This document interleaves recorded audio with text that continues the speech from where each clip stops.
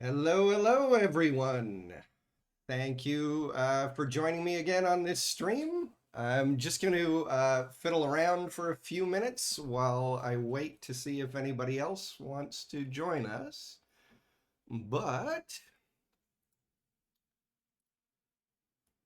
as a bit of a recap on what we were messing around with last time, I really got to get a texture into this. Maybe I can do that now. Let's see. It's a good thing to futz around on. Materials, landscape. We're using this one. And let's see. Starter content. Materials. What do we have in here? Grass? I don't want to do grass. Metal rust kind of looks like mud. Sandstone. Let's see what the world looks like with sandstone. Does that not actually work? A drag and drop? Come on. Used to work?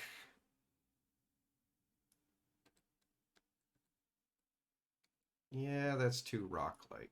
Let's see. What if we do the moss? Why doesn't drag and drop work anymore? Moss. And if we make it brown, that might actually work. All right. So let's open that up. Do some thieving. I like thieving. It is the best way to handle game design. So firstly, I'm gonna, come on, double click, call this normal, double click there, roughness, and base color.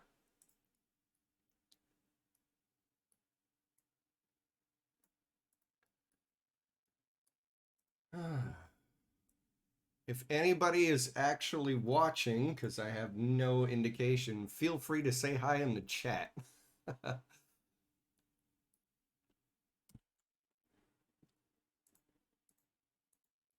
Let's go over here. Paste this in. I'm currently just killing time.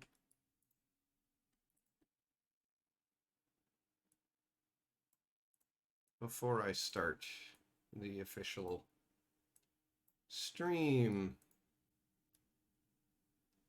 Sure, let's have a roughness multiplier in there. So while I am killing time, I'm just trying to make the texture on our landscape look better. That is not the original. What we originally had was our baby dragon folder. We had this one, which is flat and boring, kind of ugly. I hate this grid. You can't turn it off permanently. It pisses me off. But so in the meantime, I'm just trying to make this texture look a tiny little bit better, this material, by completely stealing this moss and turning it into, oops. Oh yeah, that looks better. Turning it into like mud.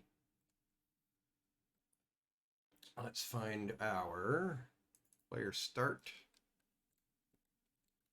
And we hit play. We are a dragon egg. It is amazing. And then we left click and we hatch from our egg. And then we can jump out. It is fantastic. Now, it looks like Oh, I remember. We did a workaround.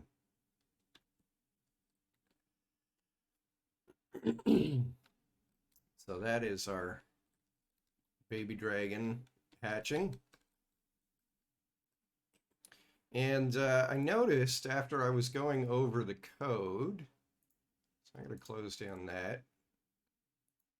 Good enough. I was perusing the code for our egg hatching, and last week I ran into the issue. Hey, Terry and Platform. Dan, how you doing? I love how you've joined in as Platform. That's awesome.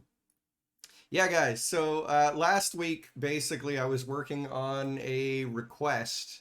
Uh, I don't know how much you guys saw, but anyways, the request was to be able to spawn as an egg and be able to look around, and then you can click a button to hatch. So you left click, and this dude is a placeholder for the baby dragon.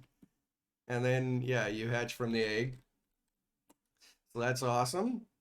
And yeah, so last week we ran into this issue where for some reason, as soon as the game started on begin play, we were spawning and possessing the dragon character, quote unquote, because he's just the Unreal mannequin right now.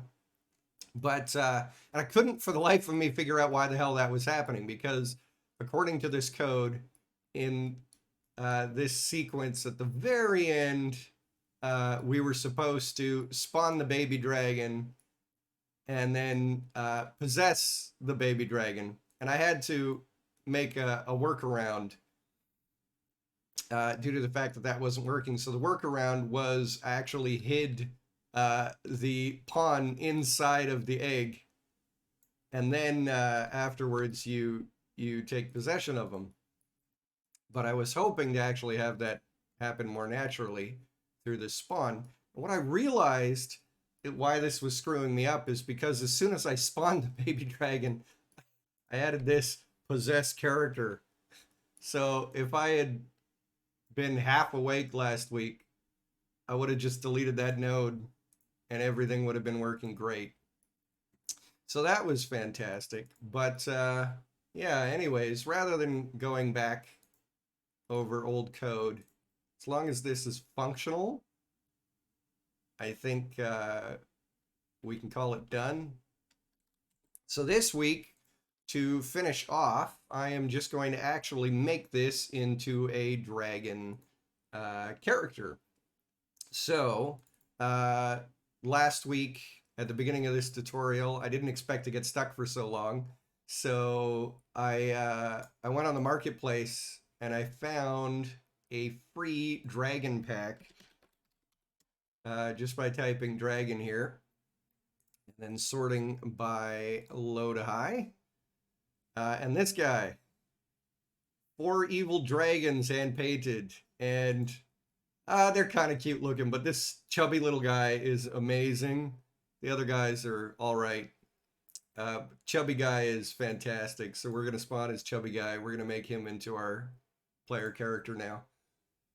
I have tried the metahuman stuff. It is freaking awesome. The weird thing with metahuman though is it looks like everybody's in big head mode. Like every character's head is like 1.5 times too big, and I don't know how the guys at Epic who've been working on that for ages, I don't know how they didn't notice it. It looks really odd. Also, the complete lack of clothing customization. Have you guys seen, Dan? Have you seen MetaHuman like up close and impersonal? Have you watched any videos of it? Because yeah, you got like I think 3 pairs of clothing. You got like a sweater and a shirt and 2 different pairs of pants and 2 pairs of shoes. So I was saying that when they announced MetaHuman, I was like, the biggest problem is going to be waiting for the accessories, because like yeah, sure, if you're making a game where you've just got a whole bunch of like random ordinary people, then metahuman kind of works. It'll be really odd if everybody's wearing one of two or three different outfits, but it's kind of functional. But like, what happens if you want to make a sci-fi game and you want some dude in a spacesuit? Until you've got a spacesuit to put the metahuman in, it's kind of useless. It's not as helpful as you originally think. Personally, I've used Fuse. I don't know if you've seen Fuse. That's what I used for Silhouette. Oh, of course I shut down Steam because I didn't want to get messages. But since we're talking about it, I'm gonna go offline on friends and let's search for Fuse. Mixamo Fuse. So this was like the original MetaHuman. Totally cartoon looking. And Adobe bought them out and then shelved the project, which was fantastic. So pretty much doesn't exist anymore. But yeah, I don't know if you've seen this, Dan or Terry, but yeah, this is essentially the first piece of software that was like MetaHuman that I ever saw. So we can pick a dude. Let's go with Male Brute. Oh, I like it. We can make the Incredible Hulk. You can even make him green if you want him to be an orc. And then you can pick different bodies. We can make him fat. We can make him a fat female if we wanted to. Ooh, that's got some nudity in it though, so I'll stay away from that. Be a great way to start my Twitch stream. And yeah, so Fuse is kind of better in a lot of ways because it's got more customization right now. Like one of the things with MetaHuman is like it's photorealistic looking, and you can really make some good looking characters, but you can't do a whole lot of adjustments on their face. Like I was trying to make a character look like my nephew, and it's impossible to do. You just can't. Even if you find a character that like somewhat resembles someone, you can't modify it enough. There's no extremes of what you can do. Whereas with Fuse, like, hell, let's just go into the randomization. So if we just randomize this, oh wait, am I only randomizing his arms? I want to randomize all. Here we go. Like you can get some freakazoid. It reminds me of Ark. Have you guys played Ark and how you can create some really mutated, creepy looking characters? This is totally like that. And I think MetaHuman needs to go in this direction. Like, it's cool to have photorealistic looking characters, but unless you can take them to extremes, it's not so helpful. And then, like, let's say we just wanted to give them a new head. We can just go back in here and pick a different head, and it can be this guy. And wow, those proportions don't work, but I love it. And I don't know if you recognize him, Dan, but this is actually the cop, um, Sam from Silhouette. That's the face that I based him on. But yeah, so with this, and then of course I go into my clothing, and you've got a whole host of different outfits. Let's put them in a dress because I think it's funny. Oh yeah, that looks fantastic. And then let's see, after the dress, we can do, let's do torn jeans because it's amazing. And let's give him some hair. Okay, so the alpha hair looks better. A bouffant. Oh yeah, that's great looking. Maybe we'll give him some short. Yeah, there we go. I like this. And then give him some eyewear. Let's put on ski goggles. Yes, this is fantastic. Bikini. Was there a bikini? I didn't even notice a bikini. That kind of would be funny too. Let's see. Tops. Oh yeah, bikini top. Okay. Ha! Yes. This is amazing. And I like the camo print, purple camo print. That's fantastic. Yeah, so Fuse was really cool. So once MetaHuman gets to this stage where you've got some more outfits and you can do some outrageous stuff, um, we go into texture. You can actually change the color of the hair. So we can make it, blue. And you can change the color of the body. Uh, let's make him pink, uh, green. Sure, why not? Um, yeah. So once MetaHuman gets to this stage where you can go in and you can fully customize, you can even go in like to the camo and you go to the main fabric here and we go, I don't want it to be camouflage. So I'm gonna go with, let's go with leather, and you throw that on. And now he's got a leather bikini top, or metal, I don't know, patterned, or just a different pattern. And you can import your own patterns. Let's go with clovers. Love clovers. And then you can change the color because, it doesn't contrast so much against his green skin. So let's go with purple. I like purple. There we go. And then here we'll go with a lighter purple.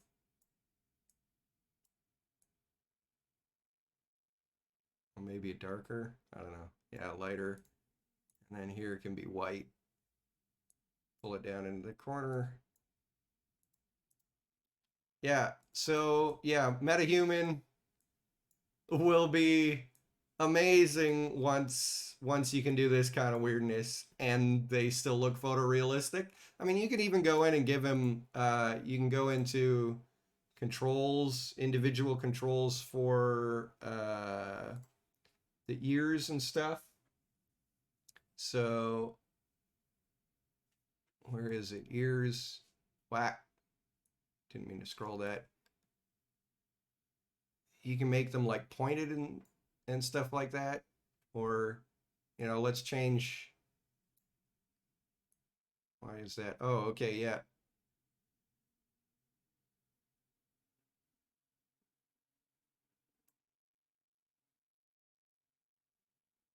Rounded pointy. Here we go. You can give them big pointy elf ears. So yeah, when MetaHuman allows you to do this, that's when I'm on board. But until then, photorealistic face with slight big head mode, not so useful for games right now. But it's certainly cool. It'll definitely make you know characters in games look a hell of a lot better once they get to this point. Once you've got like a dozen or 2 dozen different outfits, and that's what I imagine they're going to do. Like the Unreal Marketplace is going to probably expand to include metahuman content, so people are going to be able to make their own costumes and sell them that work with the metahuman. I mean, I can't imagine them not doing that. Anyways, let's discard that beauty. Uh, so back to our dragon. Uh, let's see about what I was gonna do is make that chubby dragon into our player character. So I think he's called the Soul Eater. Yes, he is amazing. Wow, that is very bright. I don't know why the lighting is looking so bright. Let's go to our sunlight. Intensity is 1? Jeepers.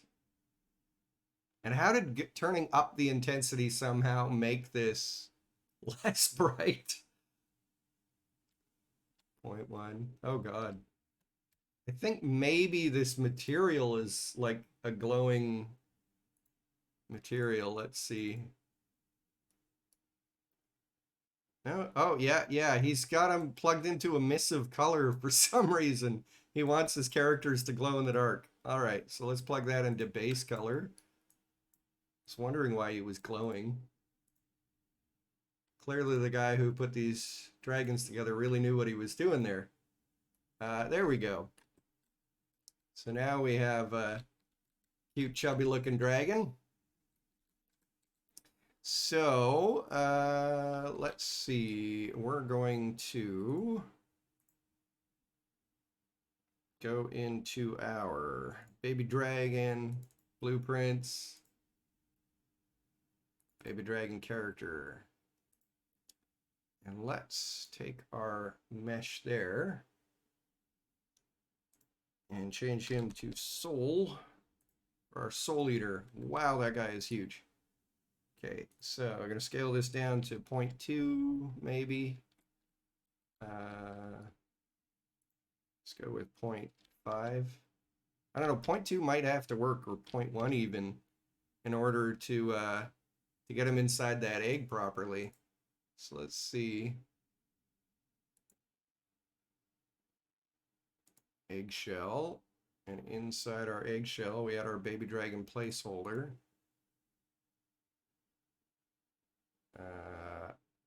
So that mesh, again, we have to make soul eater.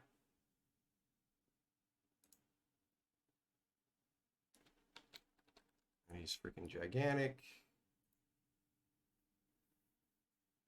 I don't know if I should scale up the egg or if I should scale down the dragon, but I'm curious. What is, so if I take him and put him down to 0.1, which I think is what we had him character. Yeah, he's 0.1. And then we take our, wait, where is our, oh, this is our eggshell, right? Yeah, he is gigantic. So, how do I get that to the same size? What did I do? One, oh, baby dragon character, that's why. Because the root is 5 times bigger. Probably.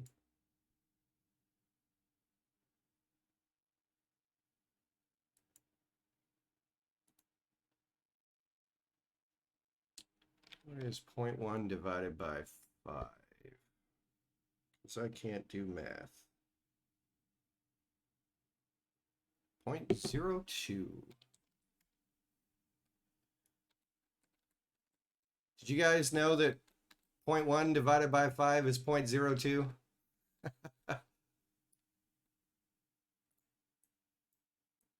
Let's go with 0.05. His tail sticking out. 0.04. 0.03. And Dan, I know a while ago I told you that I was working on a Tomb Raider inspired first-person game. I've actually been making some really good progress on that, and I've almost got a playable demo for, I guess, the first area. So that's exciting. Let's see if we just move him forward a bit. Can we get him inside the eggshell? His tail's still sticking out.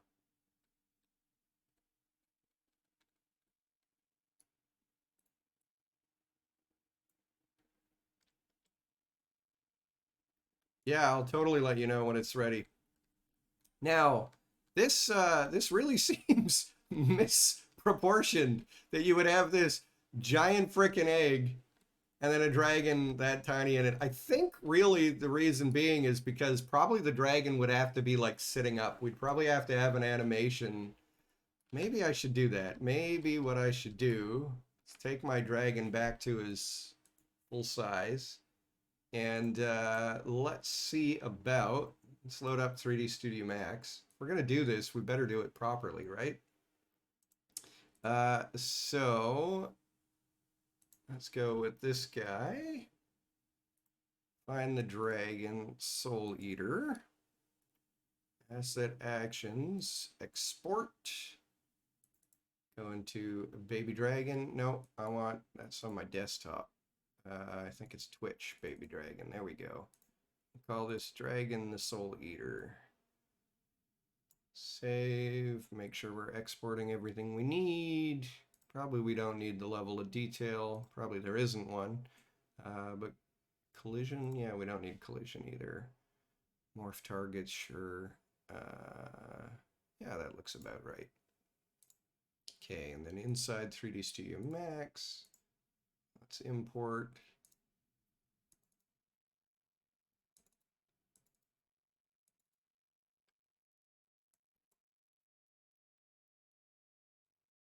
All right, we have our chubby dragon.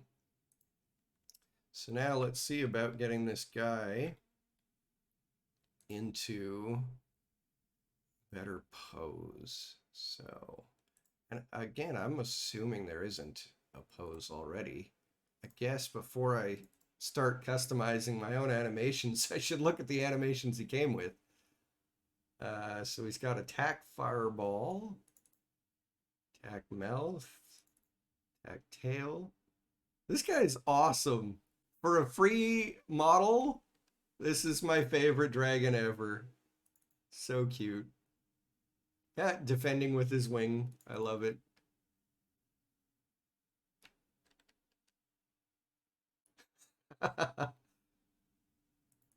Fly attack. Oh, so his flight pose, actually, he's already kind of in the right pose you need for being in the shell. So if I were to take sort of like this one and then tuck in the tail. Okay, so I gotta do that. Fly attack anim. So we're gonna right click and browse to asset. And then export. So this is the key to game design right here. I just noticed that you said it's an acute dragon, not a cute dragon. I love it. But key to game design right here is steal. don't create more work for yourself, or modify, I guess I should say, is use the content that's already here and then modify it to suit your needs. So that should work. So this way, I'm going to save this out. Twitch, baby dragon chub, because that's what I like to call him. And then import. And if we choose the fly attack animation, and we just go update animation, what this should do is give us that animation inside of Max. Yes. So now all I have to do is find the right pose. So probably like right there. That looks like he's got his wings as tucked in as we can. So if I select all and I delete all of the keyframes before that and delete all of the keyframes after that, this is our pose here. And if I was really smart, what I would do, I'm going to save this as hatch pose. And then I would import the egg that I made earlier by merging that in. So eggshell. Let's take all those pieces. Yeah, and our eggshell is freaking tiny. But I grab the first piece of my eggshell and I attach to all the other pieces and then scale it up. At least we'll get the correct shape here. And now we know how to position the dragon so that he's inside the egg. So probably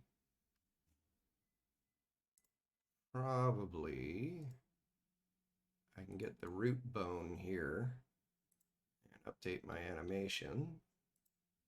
Whoops, didn't want to do that. So if we move this root bone to about there, I think, let's do that. Rotate it a bit. Okay. And then, yeah, our egg doesn't have to be quite so big.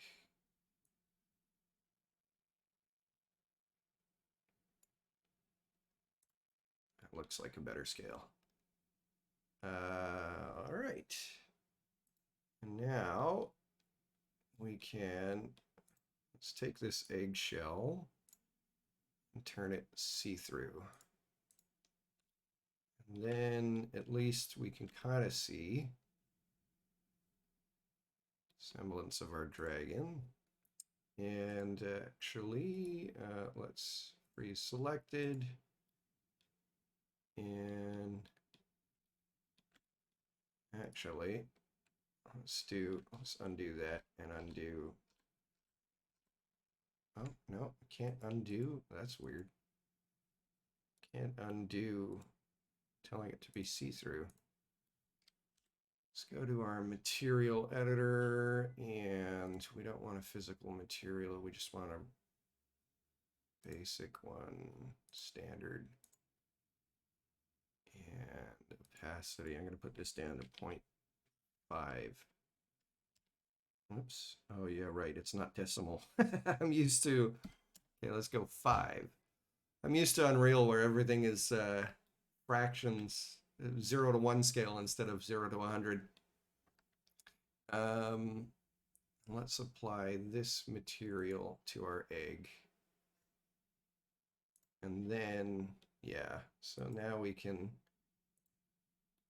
dynamically control this by increasing, oops, let's go with 20. Yeah. So now I can freeze selection. Wait, what? Unfreeze all. I don't know what I had selected. Freeze selection. That's a problem. Freeze, but do not show frozen in gray. And then we'll still keep our material. So this is the fantastically fun process of game design. How nitpicky it can be at times. But now we have our dragon himself, and I'm going to freeze him so that I'm not accidentally selecting him. And now we've just got the bones. So let's go into rotation. Let's just start rotating this with auto key on. So let's see. I want to bring that down by 40. Let's see. Yeah, about 40 works. And then rotate it. Another 40. Let's see. Let's go this way first. 40. And then bring it down. Yeah, and then we only need 20 there. Same with this one. 40. Is that a different bone? 0.01, right. Yep. Is it a different bone? 40. 20.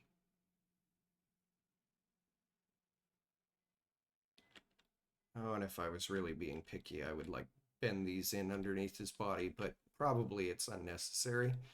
And then let's get these tail bones. So tail 1 looks like the right one. Bring that in, go down, Fail 2.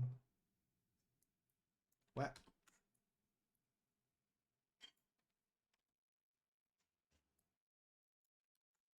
Why is that rotating funny? Oh, it isn't. It just looks like it is.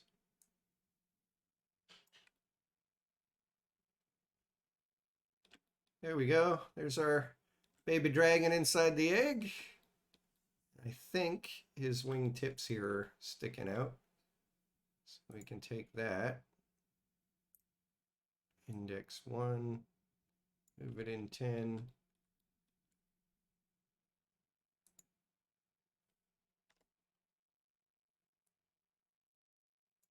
Move it in 10.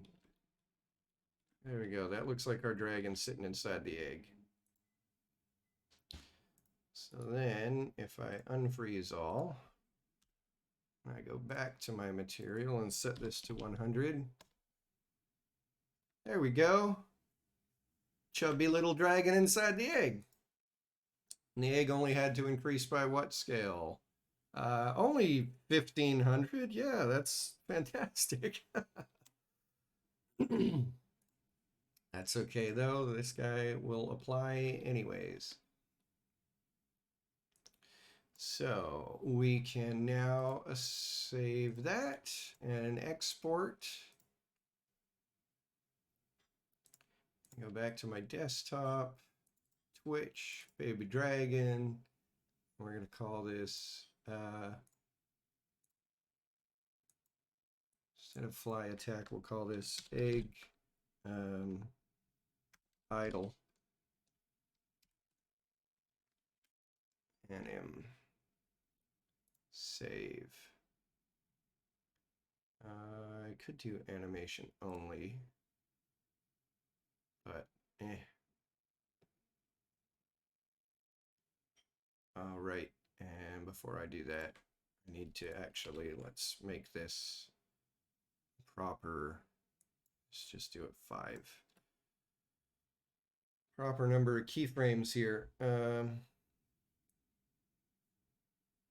don't need to be moving. Why are you moving? See, I hate that. Let's go to the curve editor and select all. Oh, why doesn't it work? I hate how you can't select all in the curve editor. I want to drag. Ugh, irritating. You know, after like, oh God, 15 years working in 3D Studio Max, they still haven't fixed this where you can just like Control A all these keys, or at least not to my knowledge. Set all those to linear. And then, yeah, there we go. Now we don't have him twitching, but he's got 5 keyframes. So where did they move that to? Length 5. Okay, save, export.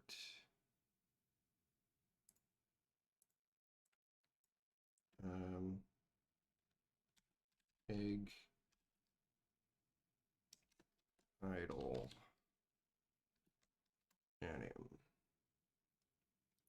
animation 5 frames. There we go.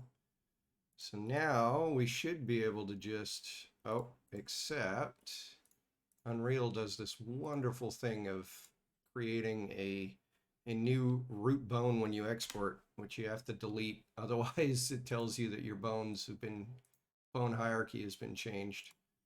Forgot about that. So egg, idle, anim, re-export. Go back in here, import, egg, idle, anim. And then we're going to uncheck import mesh, and for skeleton, we'll type in the Soul Eater skeleton and import. So yeah, perfect. That's working. This guy is like too cute. Seriously. It's like my favorite dragon design. I think How to Train Your Dragon, I think there's a dragon that looks like this, isn't there? I think I remember a chubby dragon and How to Train Your Dragon, and that was awesome. Uh, he'd have like so much lift because he could just fill himself with like gas and float. I don't know if you've seen it, but there's an old movie cartoon called The Flight of Dragons. And it's actually based on a book. And this guy went into like the detail of how would dragons actually fly if they had really existed. And yeah, I grew up watching that movie when I was a kid. It's got James Earl Jones doing the voice of the villain, and what's his name? John Ritter uh, doing the voice for the hero. So yeah, it was pretty epic and awesome.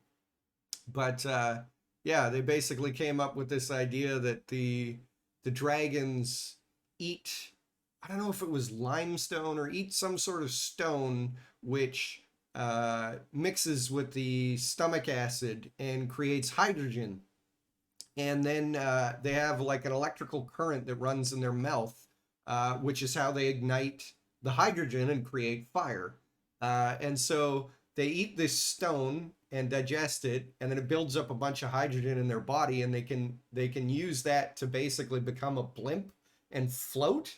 And then to descend, they actually expel the hydrogen as fire, and so that's why they're fire-breathing dragons. It was really awesome theory, actually. I love it. But so this guy would have like mega lift because he's so fat, he'd be able to hold so much hydrogen. Uh, anyways, so let's go back to our eggshell here and take him and go to egg idle and him. Why didn't that take? Looping, playing. Huh.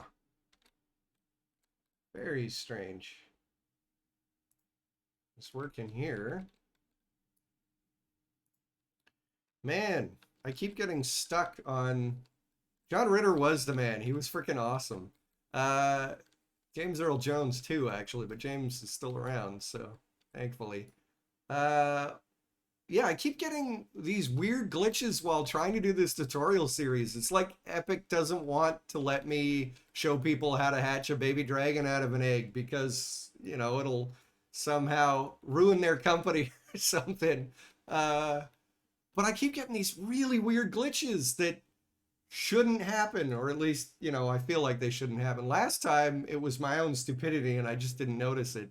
At least I think it was. I haven't gone back and tested to see. But last time I couldn't get the pawn possession working, even though I knew I was coding it correctly. And this time he's not playing the damn animation. Which is really weird. If I pick... So now he's not playing any of them. That is very, very odd. Usually it's in real time. Okay, I'm going to close down my eggshell BP and open it up again.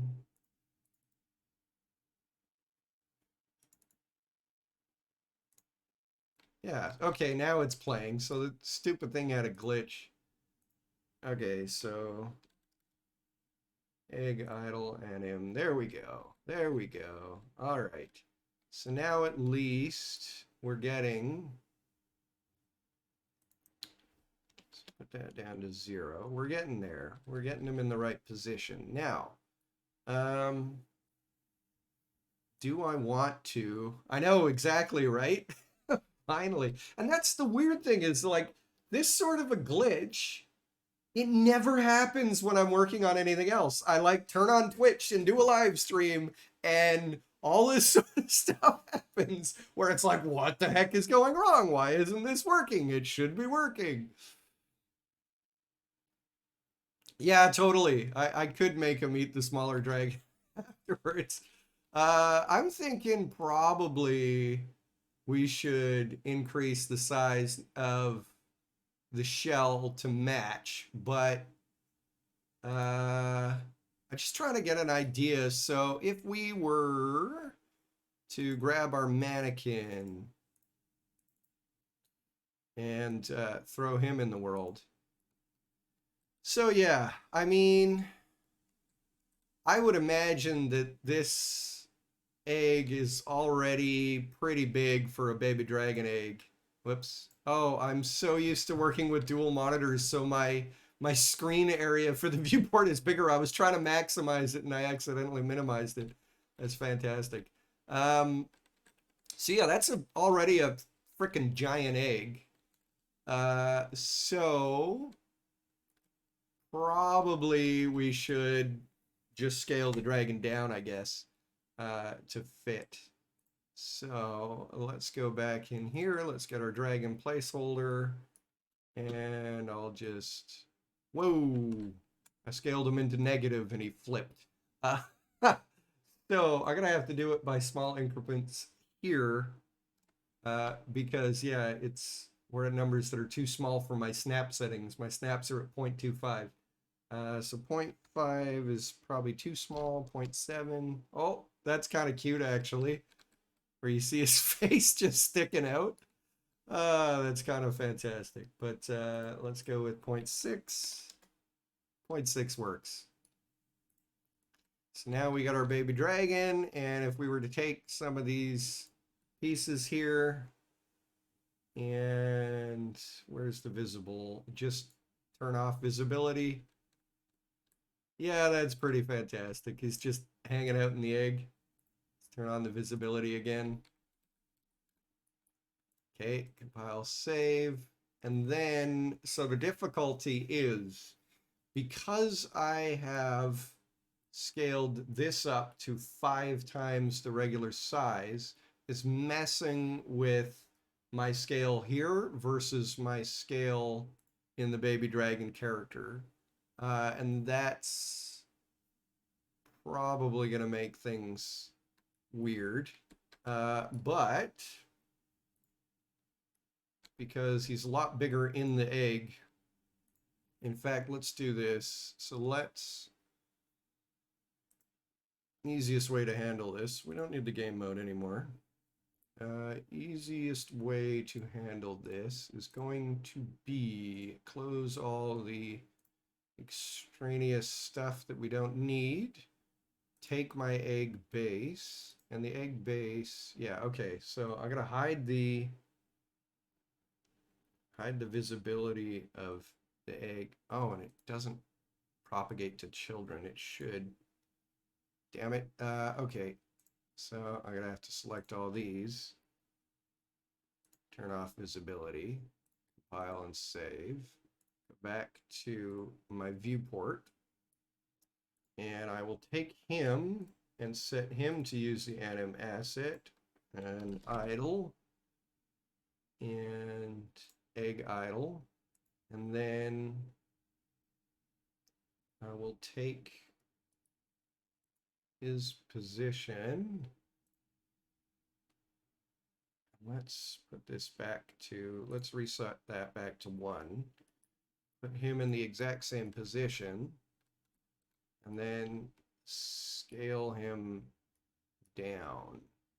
And actually, I should be doing this with baby dragon character. So I'm going to tell him to use the asset idle egg.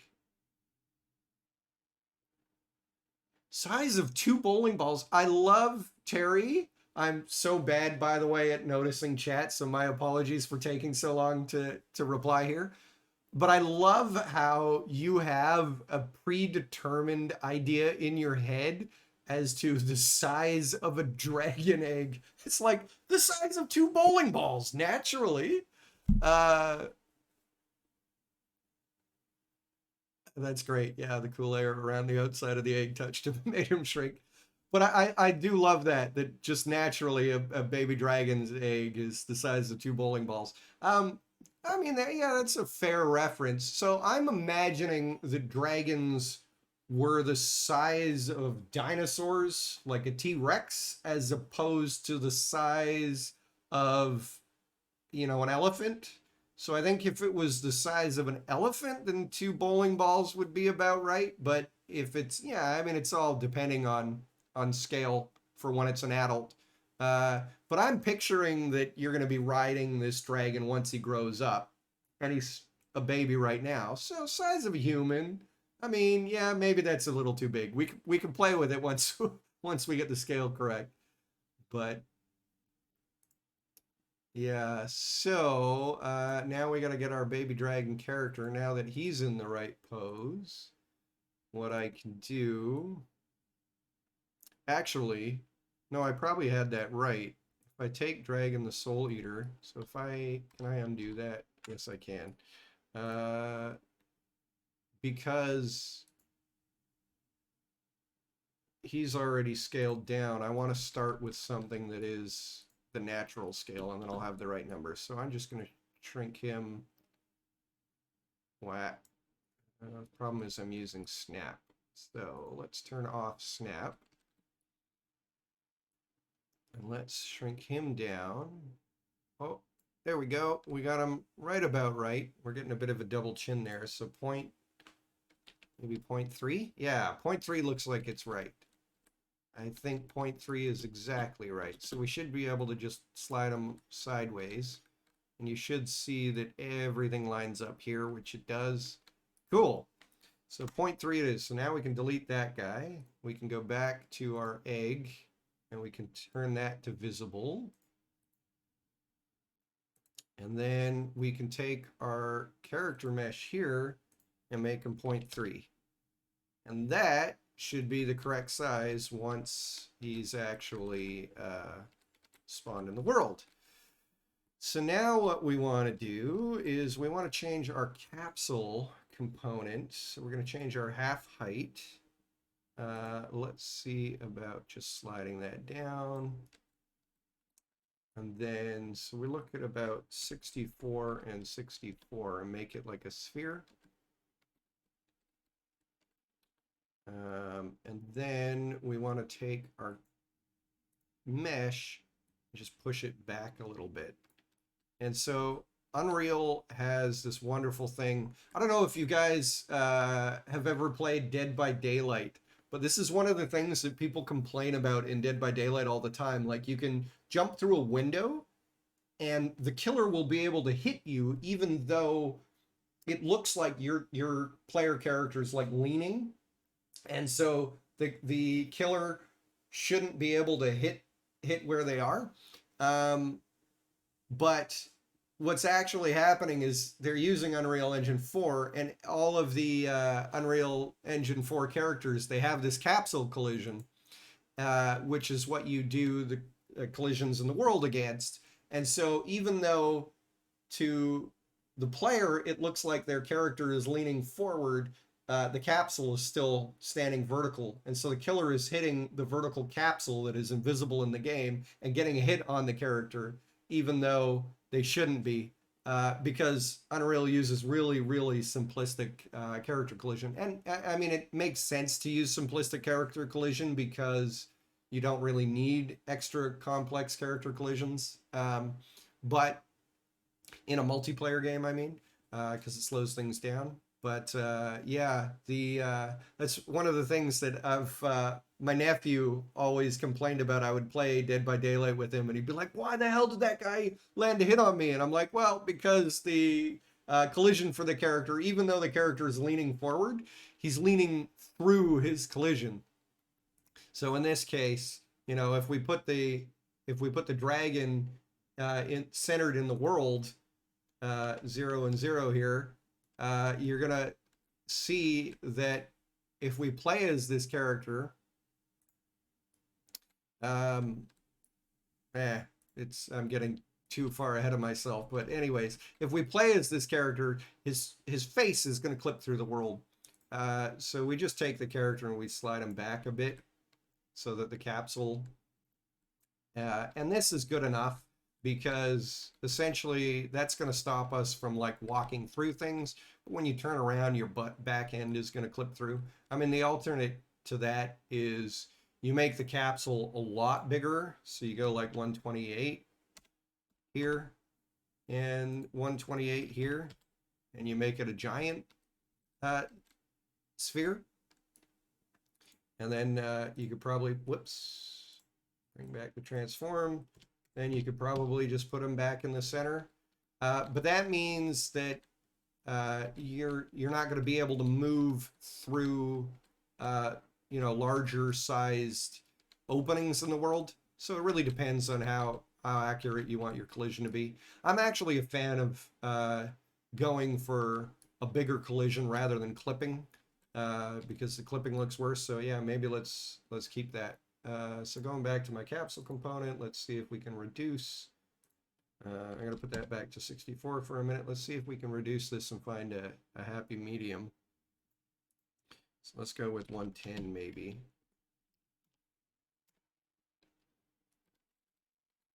That looks better. And then probably he's going to be floating a bit.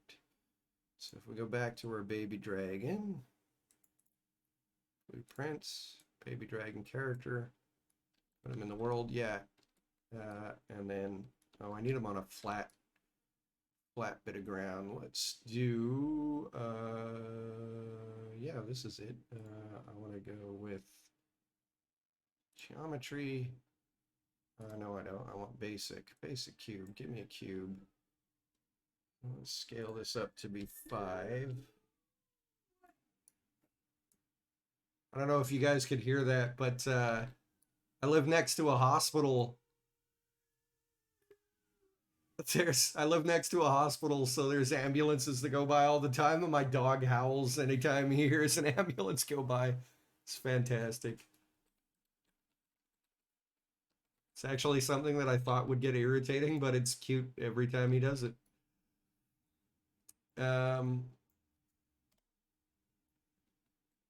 Okay, so now, yeah, you can see the dragon is hovering. So we probably want to lower him a bit more.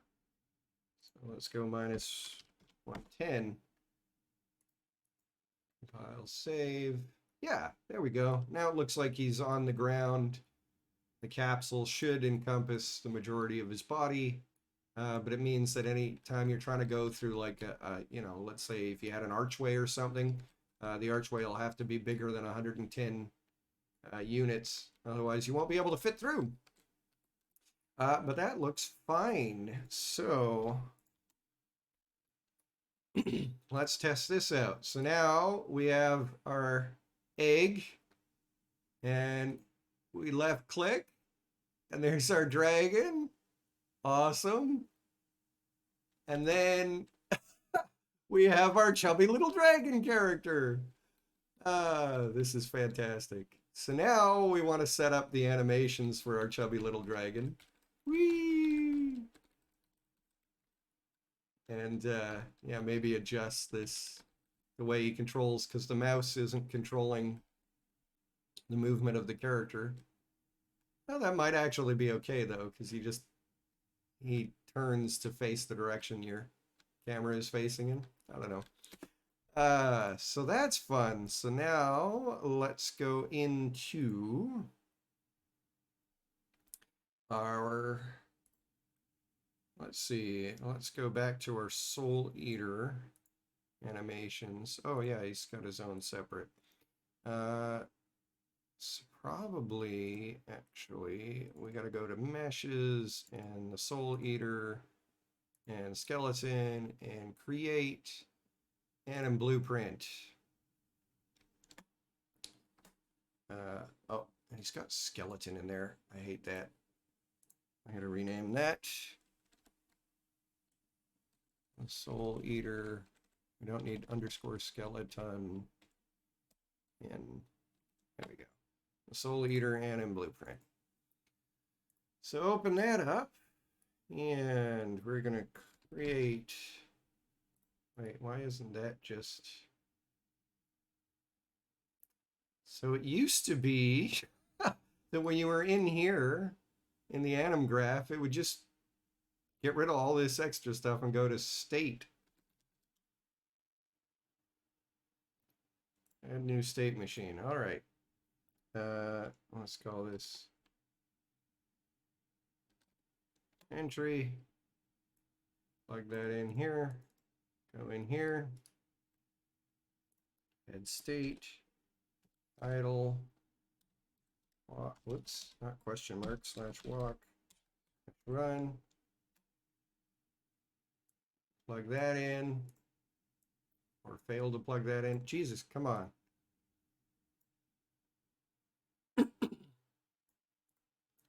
Okay, and then we need to go back to our animations. Soul Eater animations. So he's got an idle. Okay, so we're going to create a new animation, blend space 1D for now, and the Soul Eater. We're going to call this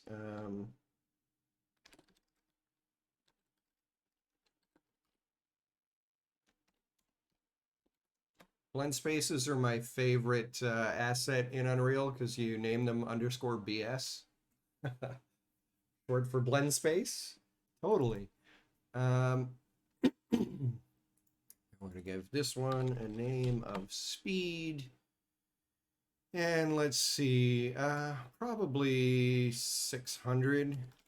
That's just like basically the default running speed of a human character, I think, in Unreal. So let's go back to our character. Let's see, we go to character movement. Yeah, 600 is, oh, that's the jump velocity. Where is max walk speed? 600. Yeah, so this can be 600. Then we're going to go with idle animation, drag this in here, and then walk. He's got a run animation. Does he not have a walk animation? Oh, yeah, he does. There's a walk. Put it smack in the middle. Okay, so now when we're standing still, he's just idling. When we're at a move speed of 300, he's walking. And then when we go to 600, oh God, that is a terrible running animation. It's just like a sped up walk. Whereas it's like galloping. Come on, guys. Oh well. Can't win them all. Free assets. But he would totally be galloping and bouncing. Anyways. Save that. Go back. Open up our idle walk run. State. Plug that in there. Promote that to a variable called speed. And then go back to our event graph. Get pawn owner. Get pawn owner. Totally. And let's see. Get movement.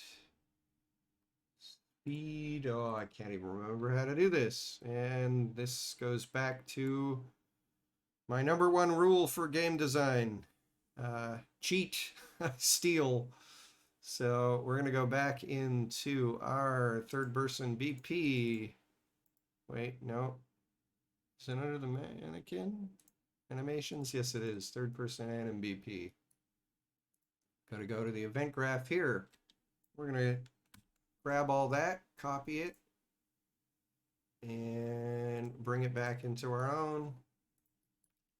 Paste it.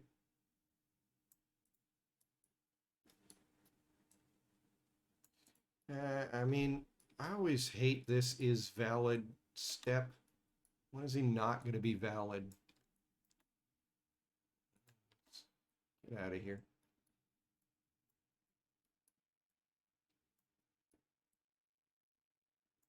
So we're going to just go straight into setting Izzy in the air.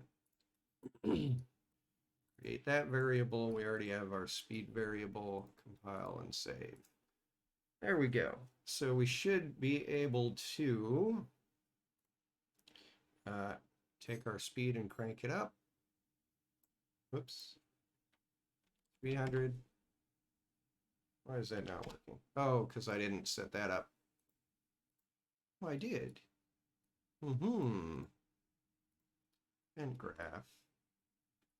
Let's, oops. Alt. Make sure we're using the right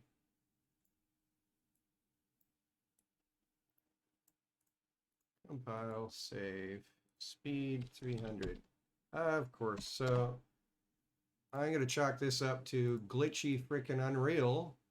It's like 4.26 introduced more bugs than fixes. It's fantastic. Go back to our anim blueprint. I bet you this will work now. 300. Oh, it's not working. Huh. Speed variable should be driving our idle walk run blend space. Why is that not? Go back to our anim graph. Well, he's idling, so clearly that part of it's working.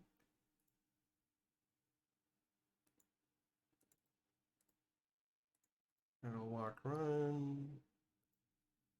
What did I miss?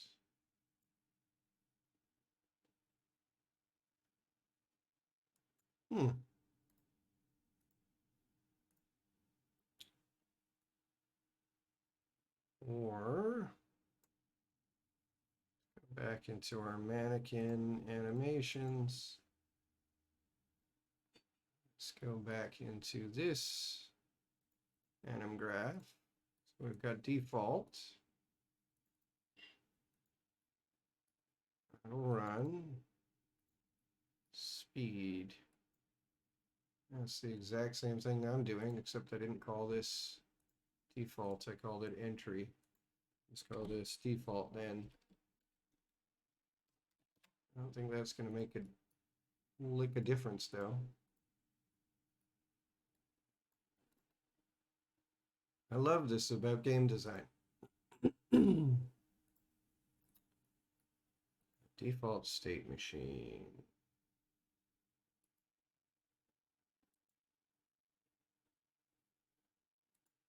No difference. Go in there. Go in here.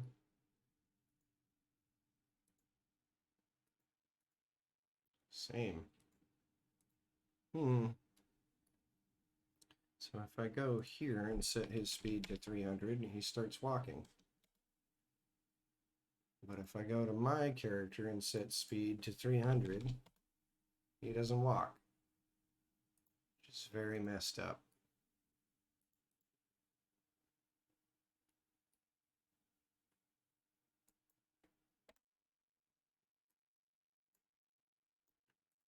Bango bongo. Very weird. Very weird, very weird, very weird.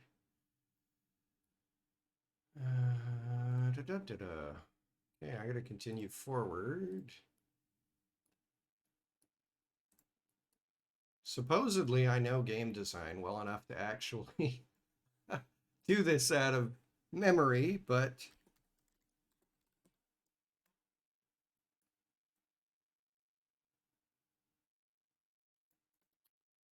apparently Unreal 4.26 doesn't want to work for me.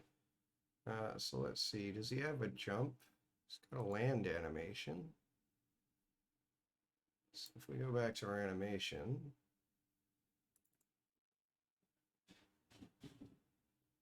so let's stop flying. Takeoff animation. Yeah, that could be a jump. Why not? We'll do it that way for now. So jump start, and then add state, jump, land. Actually, I gotta do this jump loop, and come on, add state, jump, land.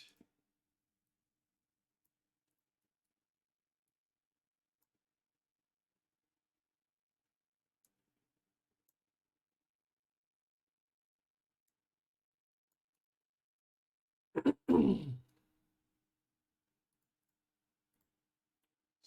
we're going to go back to our variables, get our is in air, he's in air, he can do the jump start. And go here. Use takeoff. Then in our takeoff animation,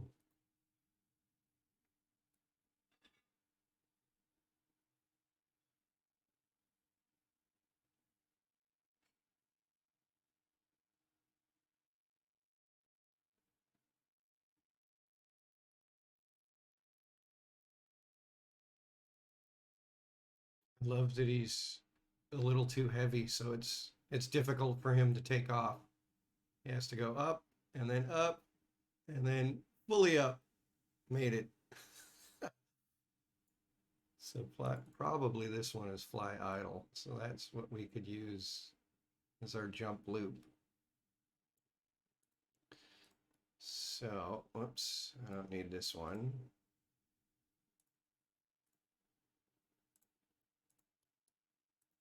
Jump loop, fly idle.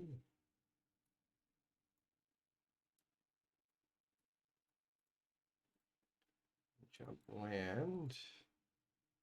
It's going to be our land anim.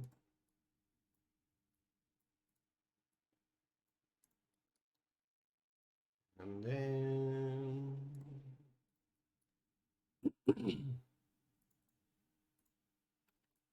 R is in air. Give it an exclamation mark to switch it to a not. Plug that in there.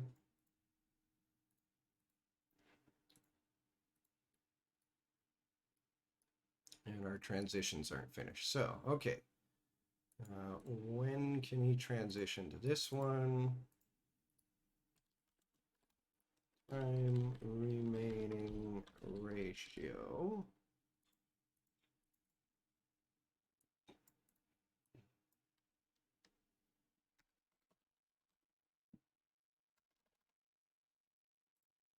Float is less than float. And let's see. Takeoff.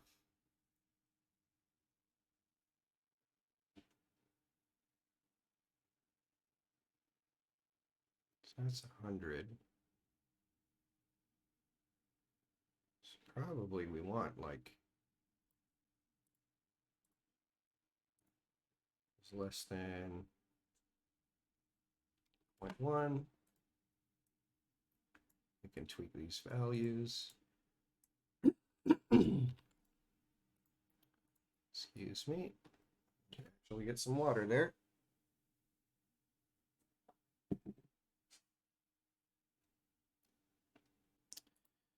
That's got the time remaining.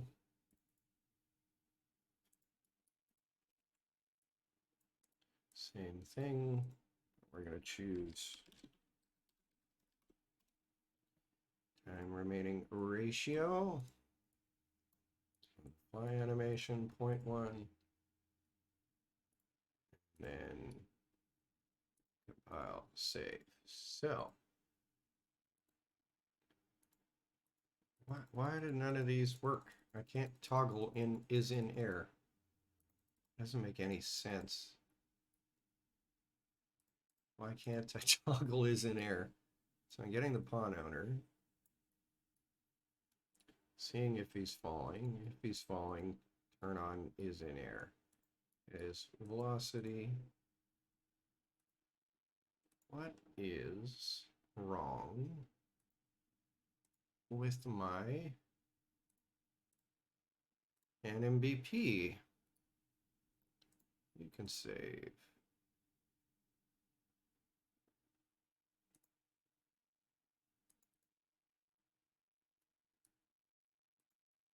I don't know why I can't adjust the value of this.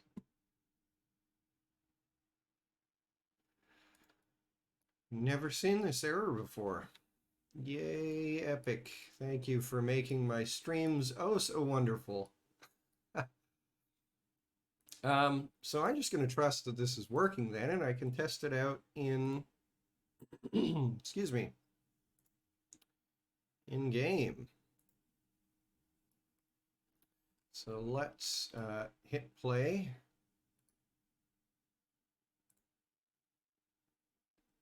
Got our dragon hatching from the egg. And then none of this is working. Oh, right, but that's not working because in our baby dragon character, we actually need to set him up to use animation blueprint. Dragon Soul Eater. There we go. So theoretically, this should work.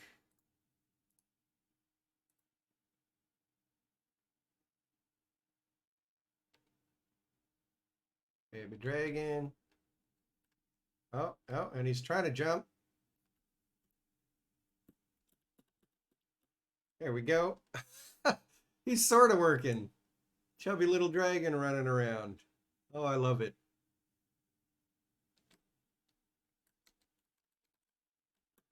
And he can do his little jump and stay in the air. Oh, because his takeoff is way too long. So, yeah, I don't know why the previewing isn't working. Previewing should work, but it does not. So let's go to animations. Let's go to Dragon the Soul Eater. It's meshes. Animations. Soul Eater. Whoops. Here we go. So our takeoff is way too long. So that's there. So I'm going to duplicate this. I'm going to call this jump start, not starter. Jump start.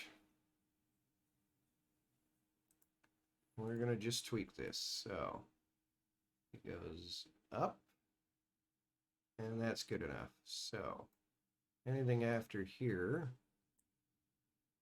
38 to 81. Goodbye. Save.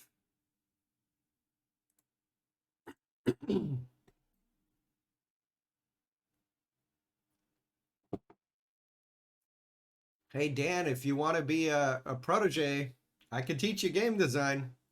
Happily. It's not all that difficult. I mean, it's extremely difficult, actually. I've been doing it for 20 plus years, but ultimately, it's not all that difficult. You just need a little bit of dedication. I've been looking for a protege, actually. Nobody that I know has taken me up on the offer yet, so.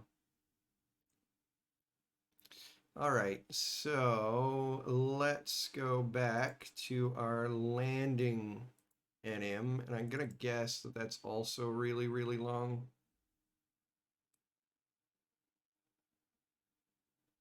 Yeah, so we don't need any of that. So we're gonna duplicate our landing animation. We're gonna call this jump end. And we can just cut out all of that BS, except for him falling down to the ground. So probably like there. Right click, remove 0 to 56. So now we've just got, boom, he goes down to the ground. Save that as our jump end. And go back in here. Go back to our anim graph.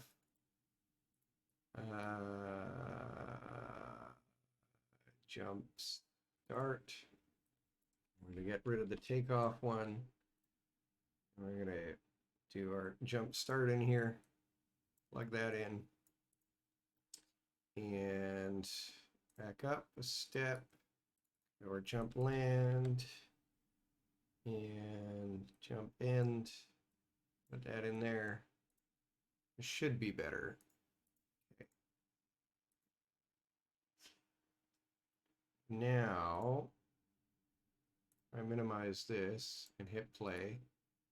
Now, I'm going to have to turn off this egg hatching bit just to test out my dragon character, because this takes way too long before you can actually start. Why is he permanently jumping?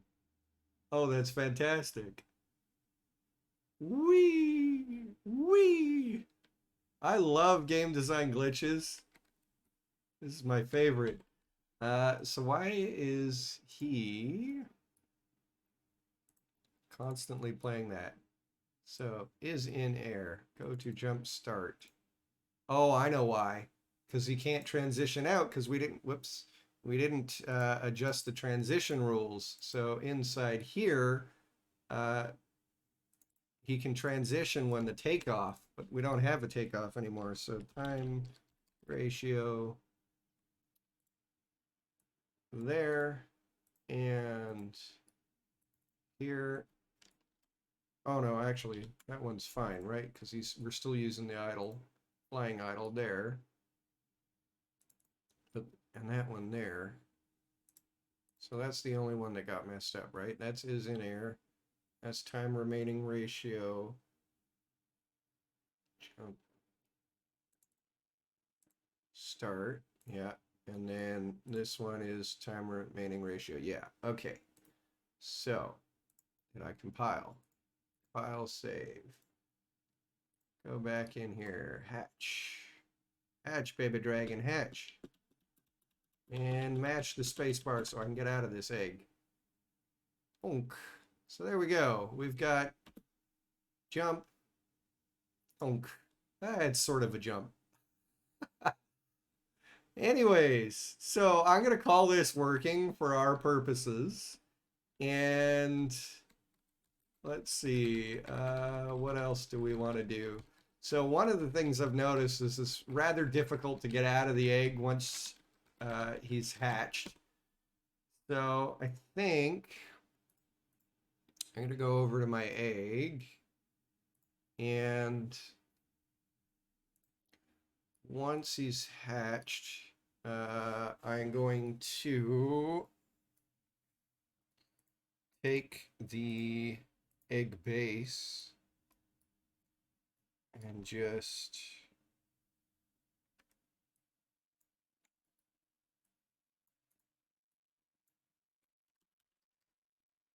set collision enabled to no collision. So that way you can just walk through it. It'll look weird, but it's more functional. So hatched and then walk through. Whee! I should probably delete that or something, or break it apart entirely. But I think that pisses me off less. Okay, so now the next thing I want to do is I want to make it so we can grow into a full dragon instead of a baby dragon. So, first thing I'm going to need, let's see, do we have any rock meshes? Probably not. So if I filter to static mesh, baby dragon do ice breath. Yeah, we could probably pull that off. Uh, could work, could work. All right. So I'm trying to see what I know what I'm gonna do. I'm going to open up a second content browser because that one's too small. I'm gonna go to static meshes. Do we have any rocks? We have a rock. Hello, rock. Why do you have no texture, rock? Oh, he does. It just hadn't loaded in. All right. So we're going to take this rock and I'm going to just put that on my other monitor. And where did the rock go? There we go, rock. You are going to be in the world because we need a frame of reference. When our baby dragon grows, we want to see that we start out smaller than said rock. That is a really bad rock texture, by the way. It is like way too rough. Anyways, Usually Epic's textures are much better looking than that. Okay, I'm going to throw this up there.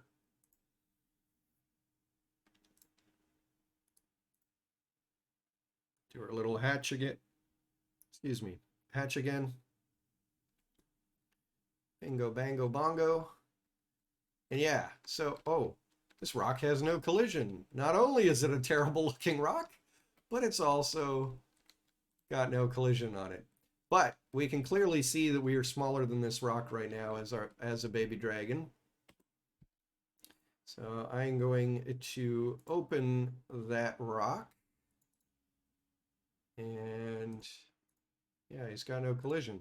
All right.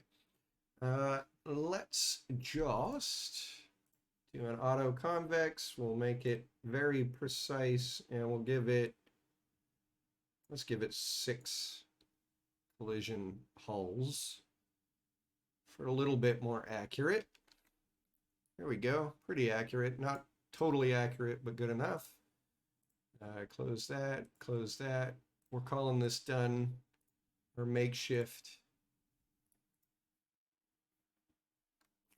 We're getting some physics glitches there on the eggshell parts. But now we should be colliding with the rock, which we are. So that's great. No clipping through the rock here for us. Okay, so let's go back into our baby dragon and we're going to turn off the filter for static mesh. I'm going to go into blueprint and I'm going to create a new blueprint class of actor and I'm going to call this dragon food underscore BP. Now, I'm curious, if we look at the marketplace, I like to find free assets if I'm going to use it in this series so that if anybody wants to follow along, they can do so. So let's go home. Because I know I have a ton of assets that were free at one point. Oops, I don't want to go to games. I'll go to marketplace home. That's what I wanted to do. Epic every month puts out free assets, but I don't want to use an asset that was free at some point but isn't currently. So let's do food. Sort by relevancy. Low. We'll see if we've got any free. So we got, oh, Edith Finch. Why does that come up as food? Barbara Room comes up as food. This is free. Pizza. This one's free food pack. In that food pack, do we have meat? Because I think our baby dragon, he's got pizza. It's all just bread and veggies. Come on, guys. Where's the meat? I mean, we could make our own. We could actually go in and make our own food, but it's even easier if you can just find it. $6. So yeah, of the free ones, it looks like. Oh, there's some bacon. Oh, pork chop or beef. That one looks like it has some meat. So those look like textures only though. Where's the 3D models? It's a collection of fully tileable meat materials. Yeah, that's not a model, it's just a texture. Lame. Okay. So let's go. I don't normally use edge, but I don't want to pull out, whoops. I don't want to pull out, don't mind me, that was just work-related BS. I didn't really want to advertise where I work, but that's okay. So let's do, what's it? Monster Mash 3D modeler.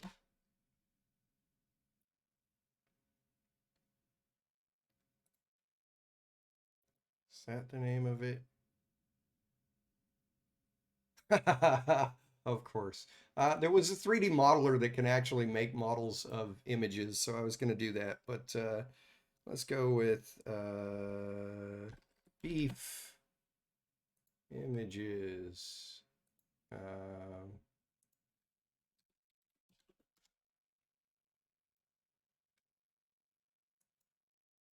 Maybe we can find a beef texture.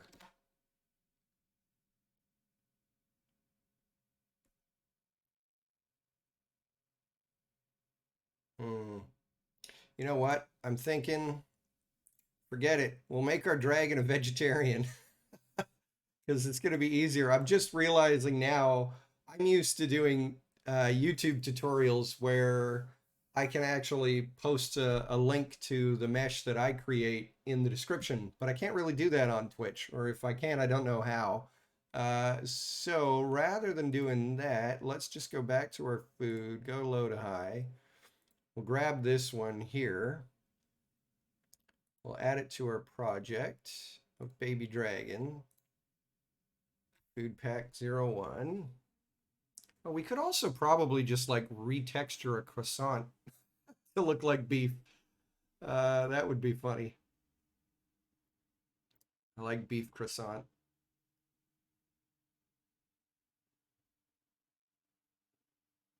I might do that. I might retexture one of these models, but or we could just make him a vegetarian and eat something else. He could eat pumpkins. Pumpkins are awesome. This is our fantasy, damn it. We can make him eat whatever we want. Sorry, guys, I didn't prepare too well. Thankfully, I've got really fast internet, so this shouldn't take too long. Just going to add a food pack to our Baby Dragon project.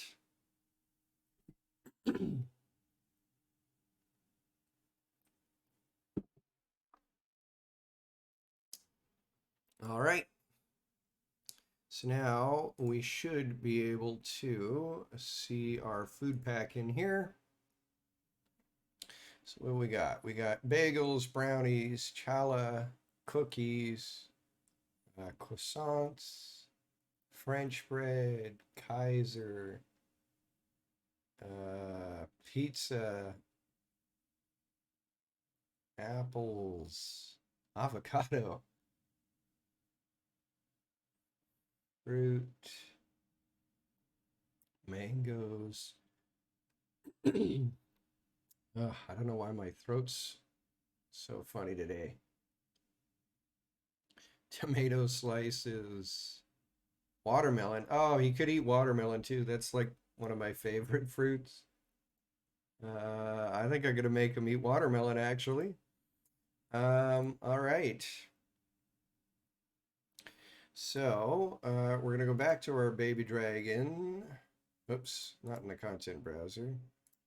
So we've got our dragon food BP. So we'll open that up. Gonna add a scene component. Call this root. Drag that up to replace our original, because I hate that sphere. And type in static mesh and go food mesh. And over here, we're going to type in water. We got watermelon half. I like the idea of finding half a watermelon lying around and eating that. All right. File and save. Let's see, does our dragon food tiny little watermelons for a dragon. Put that down. Let's bust out of here.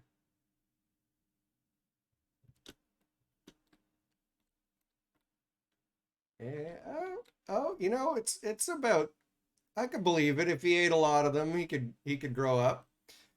It's functional. All right.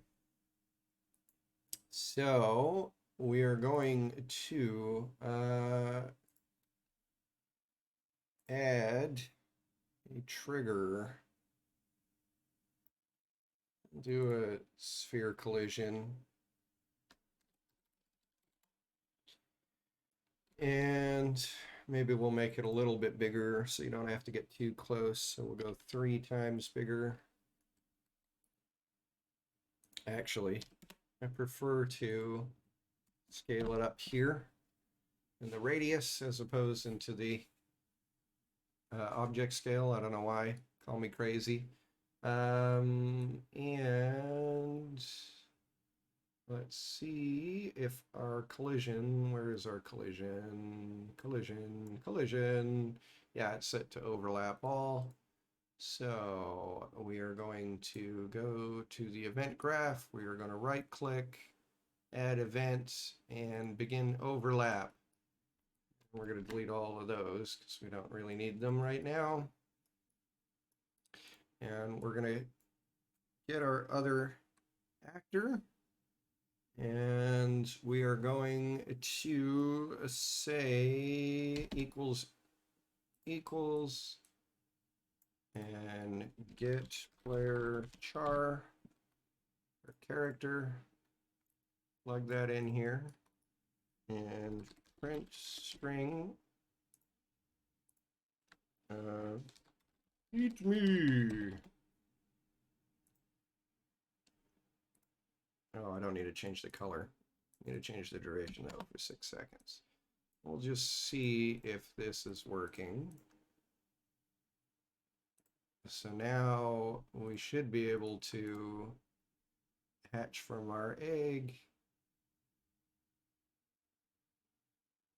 and then walk forward, and then we see player possessed, baby dragon character spawned, and now we should get an eat me.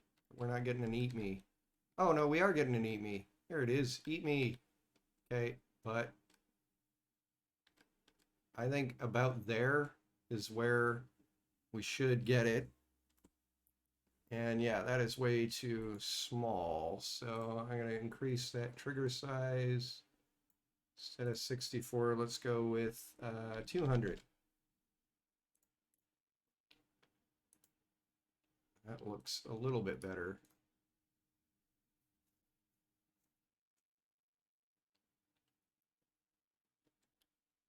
And where did our watermelon go? So eat me. Yum, yum, yum. So he'll just turn and face. Oh, that's funny. I didn't do a branch here. So this isn't technically working the way that I want it to, because it could be colliding with the ground. Let's try that. Bing. I don't know why I just said bing for hatching from an egg, but there we have it. Okay, eat me. Yum, yum. All right, so it is still working. Uh, okay, so get rid of that. So we are going to, what are we going to do? So I want to look up on my computer. I've done this before. And I have a previous tutorial on how to do this on my YouTube channel, but it's been a while. So essentially what I'm going to look for is how to get the dragon model to rotate and face the watermelon. Bear with me a minute here.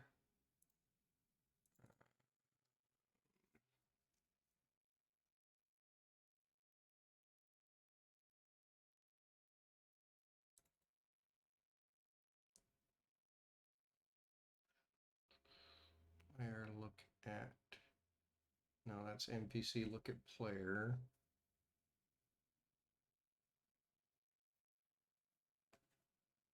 Where did I put it?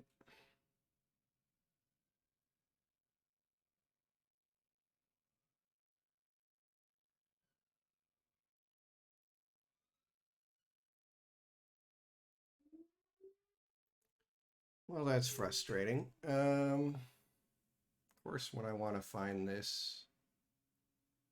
Ah, there we go. Look at target. That's what I want. Mhm. Okay, so we're going to go into our baby dragon character. And whoops. Apparently that's not big enough to encapsulate everything in there. Let's move some of this around. So we've got gamepad input, mouse input, reset VR. Oh God, we're not even using that, but whatever. Movement input, and jump and touch input. All right, put all those over there. Go down here. So we are going to create a custom event. I'm going to call this player look at target. Oh, I just got a crick in my neck. Don't get old, guys. It sucks.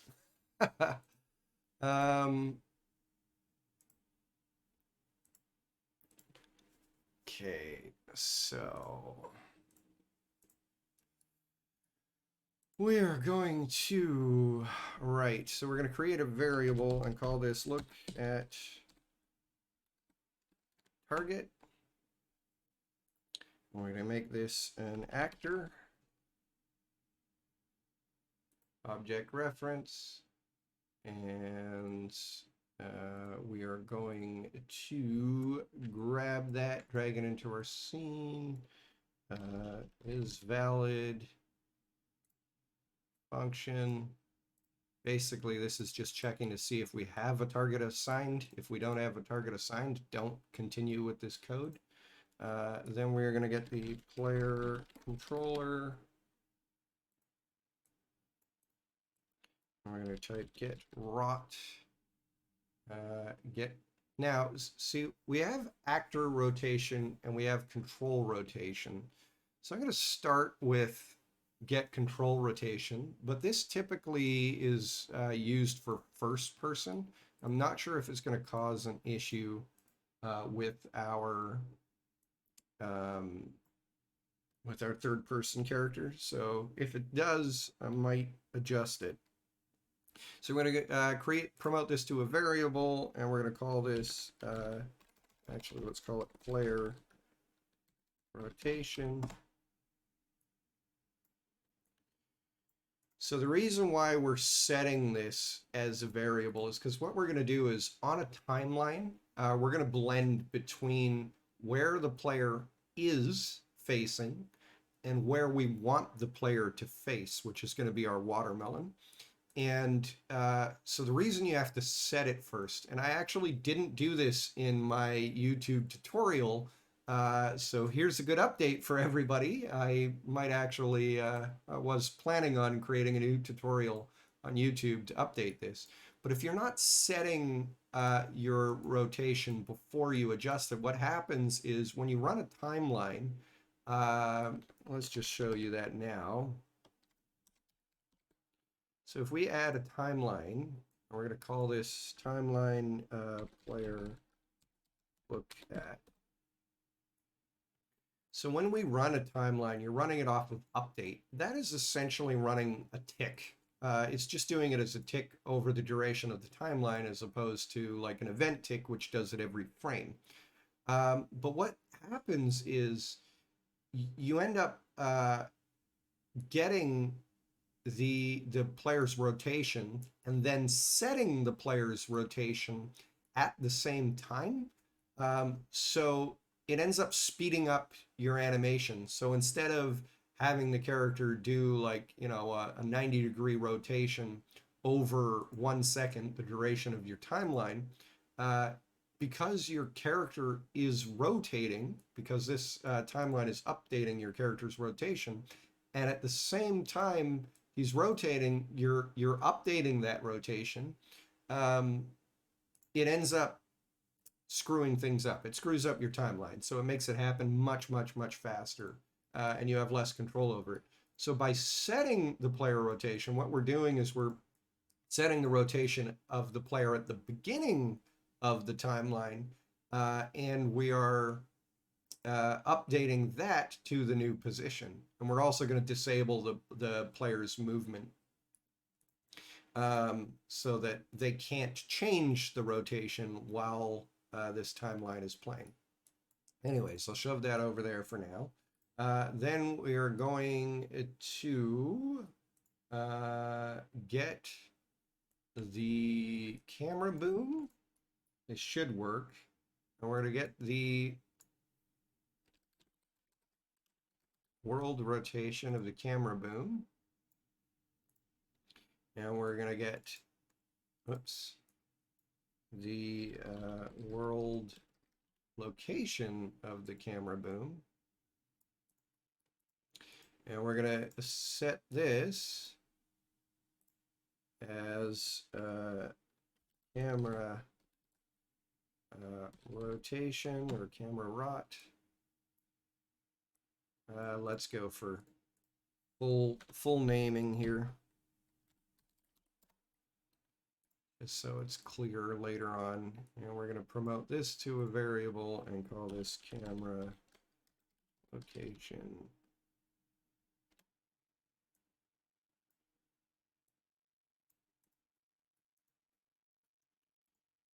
And then we are going to, that's when we would run a disable player movement. So I'm going to create a new custom event here. Call this disable player. Let's go with controls.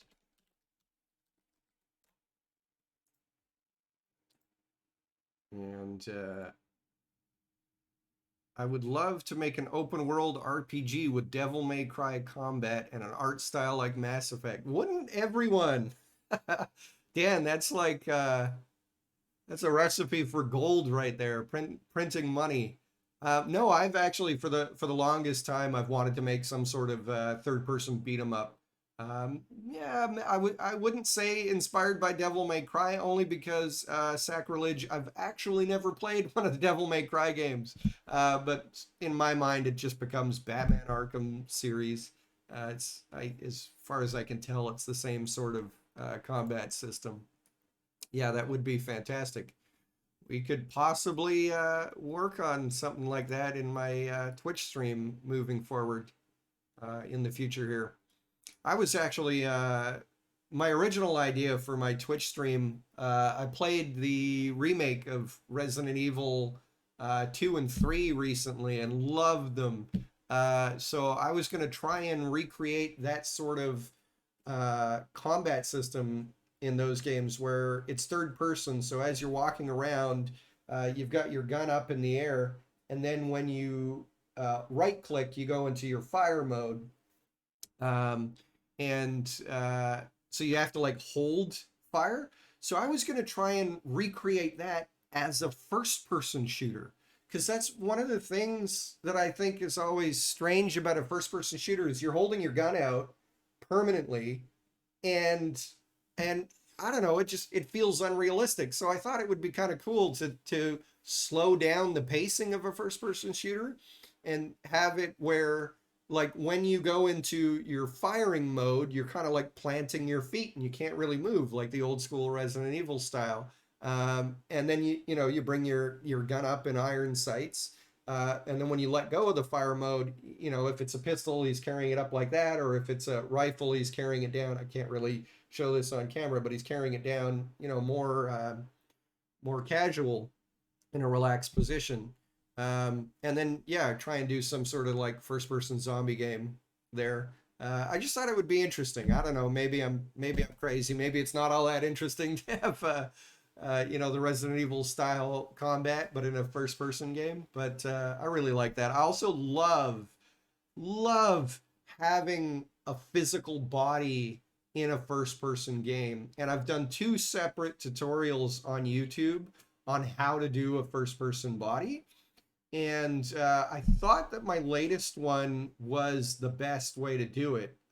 So it was essentially taking a regular first-person perspective, but then giving your character a body so that when you look down, you actually see your legs and everything, and then using uh, uh, I can't remember what it's called right now. It's skipping my mind, but using anim offsets, that's what they're called, to basically line up the body animations with your first person camera, so that when you see your shadow in the world, it actually matches. And I got that working, and it looks great too. But the problem I realized is that you can't really see the arms all that well. So, like, if you're standing up and you're holding a gun, let's say I'm holding a gun like this. Well, in a real first person game, your hands are always in front of the camera. So it looks like you're moving around like this and aiming. But when you look down, you would imagine that your head is tilting down and you would see your arms in front of your body. But when I set it up as that first person camera with the body, the arms aren't there. So you look down and you see your chest and you see your feet, but the arms aren't there anymore. So unless you actually brought the arms up into the camera, but then it would still look weird. So I kind of want to do a blend. The original tutorial I made was actually taking a third person character and just pushing the camera into the head, attaching it to the head, the root bone of, or the head bone of the character. And that's what I did in silhouette. So in the body in silhouette, you can look down and you see your arms and stuff. But the difficulty there is getting the arms to synchronize with the gun.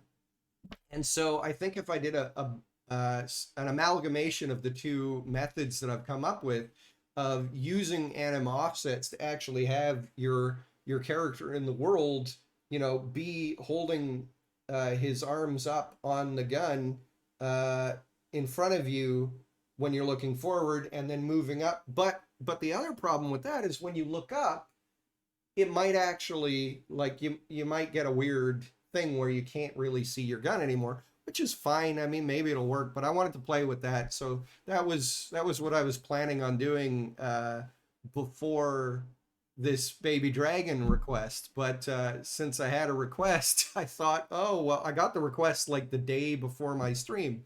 So I was like, oh, that sounds fun. Let's try it. So yeah, maybe I'm gonna work on that in the next week. But I don't know. I'm open to ideas. I have been really wanting to do some sort of like third person combat system. Figuring out. I started to implement something in one game idea I had. I don't know if you ever played the game Nightmare Creatures. It was a fantastic and terrible, but a fantastic PS1 era, N64. Yeah, I played it on N64, and it was, so I guess it was N64 and PS1 game, third person beat 'em up in, like, I don't know, this like Victorian era third person game where you were fighting like zombies and werewolves and demons and stuff. And I don't know, I thought it was fantastic. So I started trying to kind of recreate that. And I got some cool animations working where, like, you would just left click, but every time you left clicked, it would play the next animation in the series. So I think you've seen games like that. I think Dragon's Dogma did that, where you attack once and he plays one sword slash, but if you do it two times in a row, he'll play the first one and then a second one, kind of thing. So I got that working in Unreal, but I never ended up taking it any further. Probably just because it's a little too complex to actually get it to sync up with the NPC reactions and stuff like that. So I never really took it that far, but that might be something that I'd love to do. So who knows? We'll see. But yeah, if that's something you want to learn how to do, man, Uh, that's what we could do on the stream together, and you can learn game design with me. Just download Unreal 4 and you're good to go. All right, so what were we doing? So we're gonna get character movement and disable movement. And then we're going to get pawn, I think it's pawn, and go disable input. Yeah. I think this will work. And then we get player controller there. So that's disable player controls. And then we need a custom event of enable player controls. And yeah, using a disable input is a little hacky because it means that like in the middle of running this timeline, the player can't even hit the escape key to like pause the game or anything. So you want to use this sparingly. I just can't remember the other method I came up with. I think the other method I came up with actually was simply doing a Boolean off of the player controls like WSAD, and if input is not enabled, then the button presses don't register, so that way you can still escape and pause, etc. But anyways, for simplicity's sake, since this is just to try and get something functional, I think disable input's going to work fine. And actually, I don't even know if we need a disable movement if we're disabling input. Probably this one right here is completely moot because they won't be able to press any keys, so they won't be able to move. So then I am just going to duplicate this and plug that in as target and plug that in as controller and that in there. And this, and get a comment around it and disable, enable input. I should do a splash in there.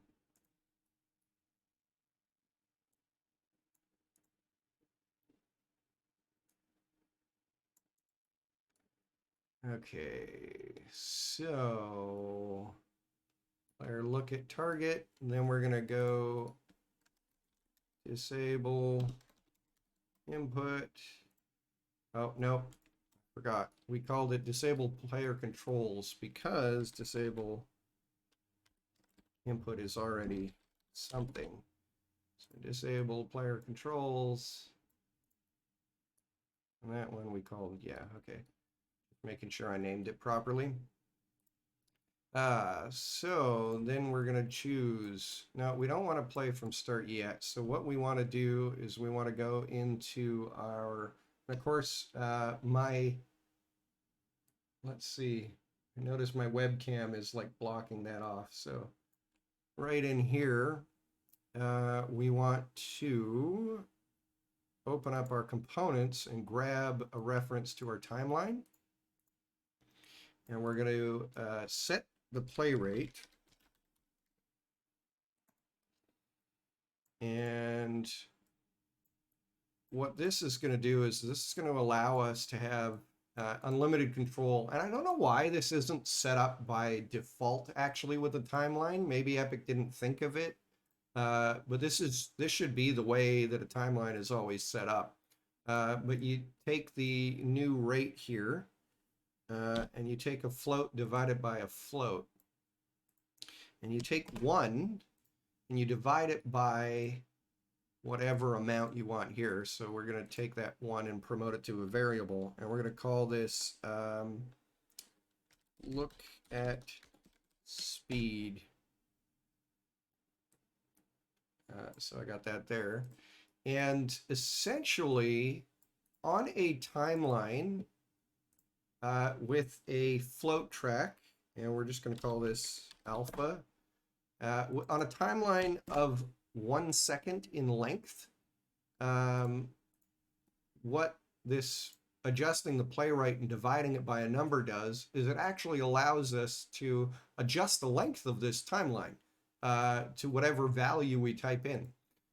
So regularly a timeline, if you want to change the length, you actually have to go into it and edit the length here. So if we want it to be 5 seconds long, we have to set this to 5 seconds. But if you create a timeline with a length of 1 second, and I always go from 0 to 1, so sometimes you can go from 1 to 0, but essentially, we're just creating a straight line, and then we are going to set it to auto, so it's a smooth transition. So this is essentially going to blend from a value of nothing to a value of 100% on, and anything in between is where you get the in-between values. So essentially, by setting our timeline to 1 second and then taking the play rate and setting it to 1 divided by your speed. So if I now want this to happen over 5 seconds, I just take my look at speed and I change it, compile, I change my look at speed to 5. And what that's going to do is it's going to take 1 divided by 5. Well, what's 1 divided by 5? So if we open a calculator on my phone here and we go 1 divided by 5, and you get 0.2.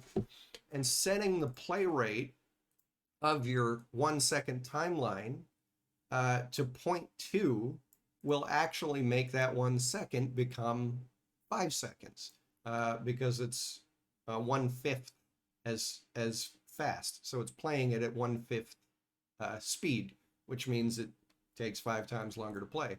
And it works in both directions. So if you set this up to 0.5, for example, so 1 divided by 0.5 is actually going to be 2, which gives you a 2-second timeline, which means, a 2 times speed timeline.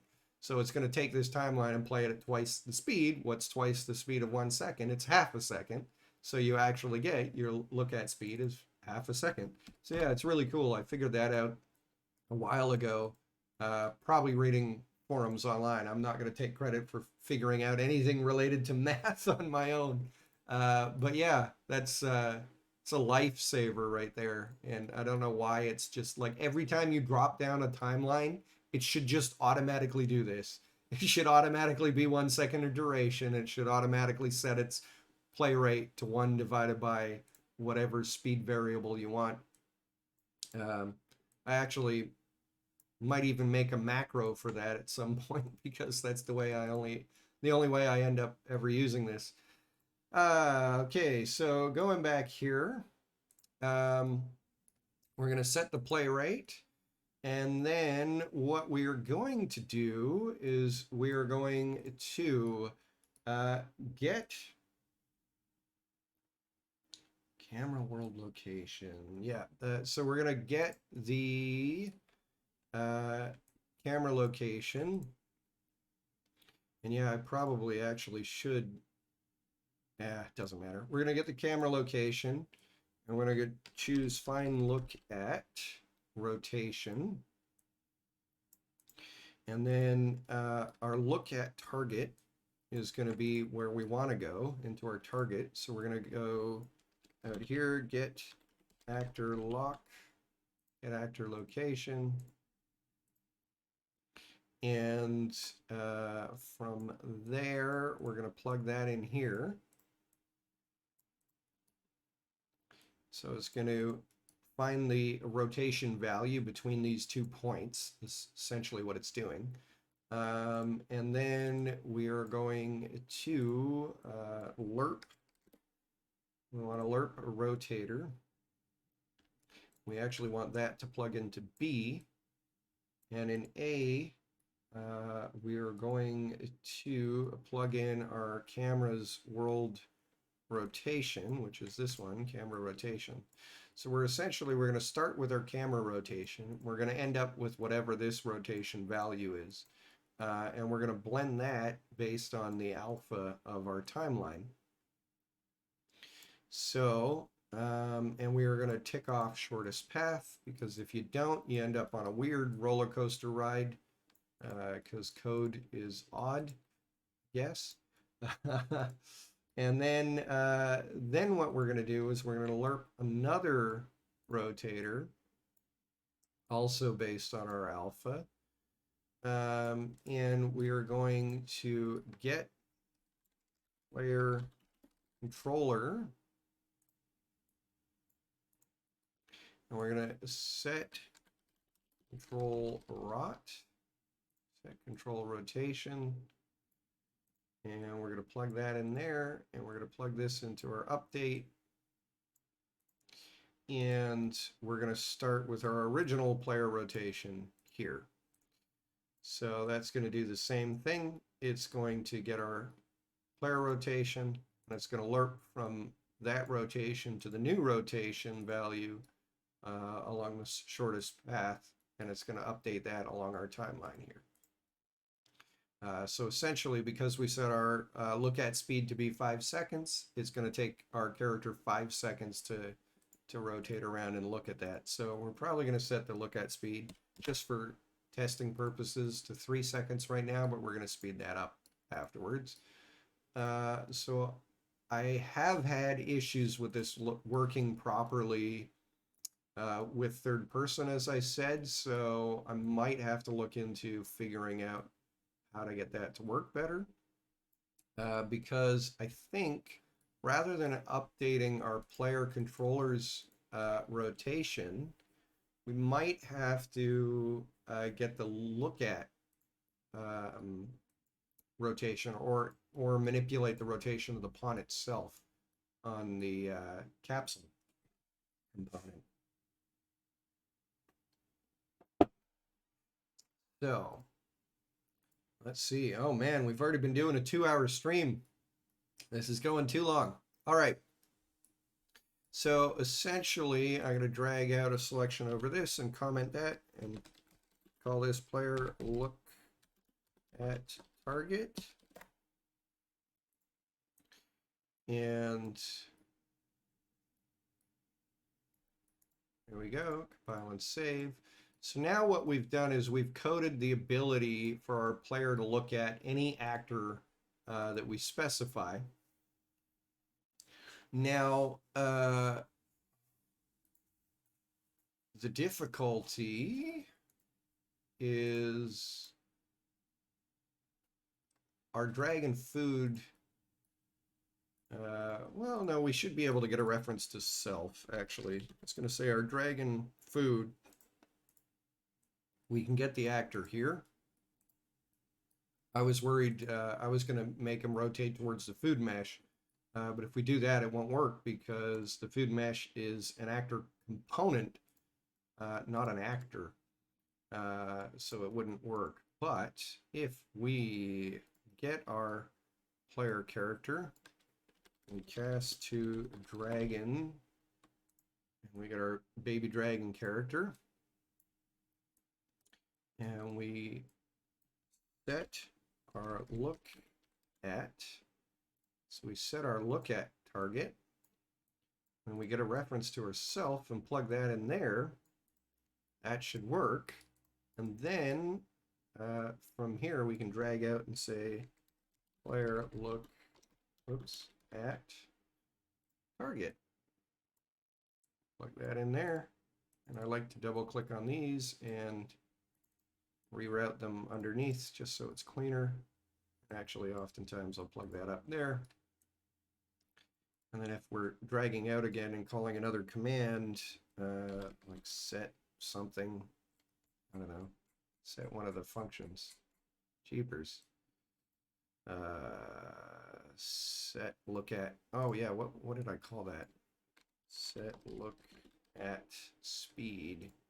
We wanted to set the look at speed. Usually I'm just showing you my OCD method of clean pins, but that's what I do. I drag out, set the next value, and then double click and add a new pin, so that basically I've just got this one long straight line of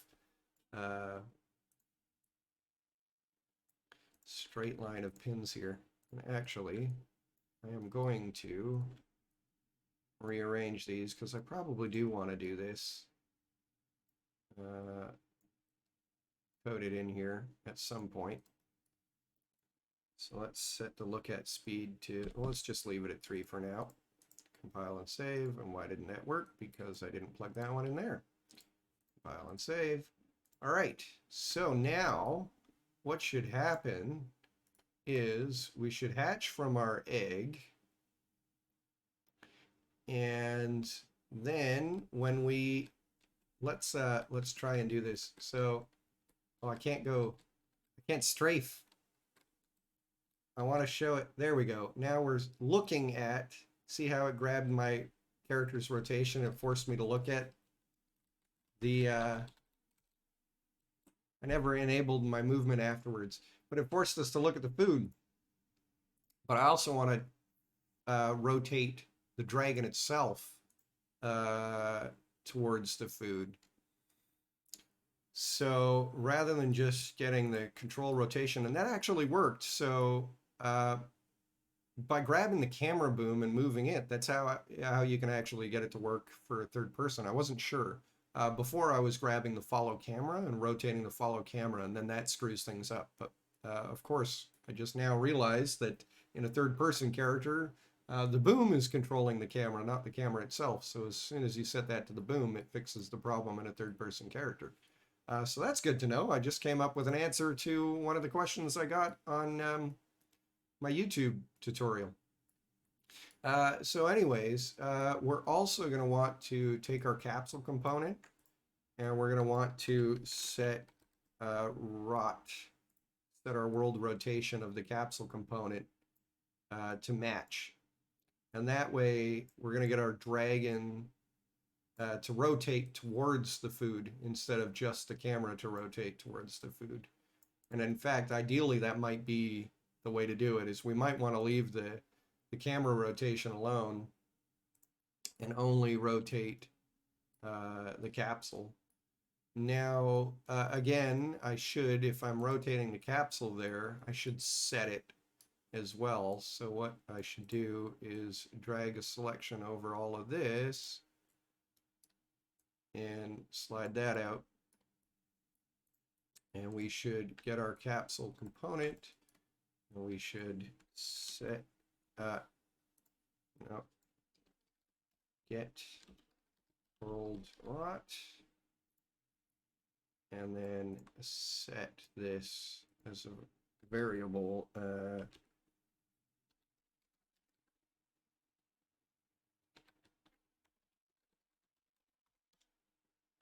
capsule rotation before we update it, so that way it happens correctly along our timeline. I hate when I can't get these perfectly straight. Drives me nuts.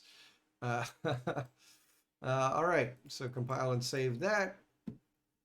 Go back into our world, hit play.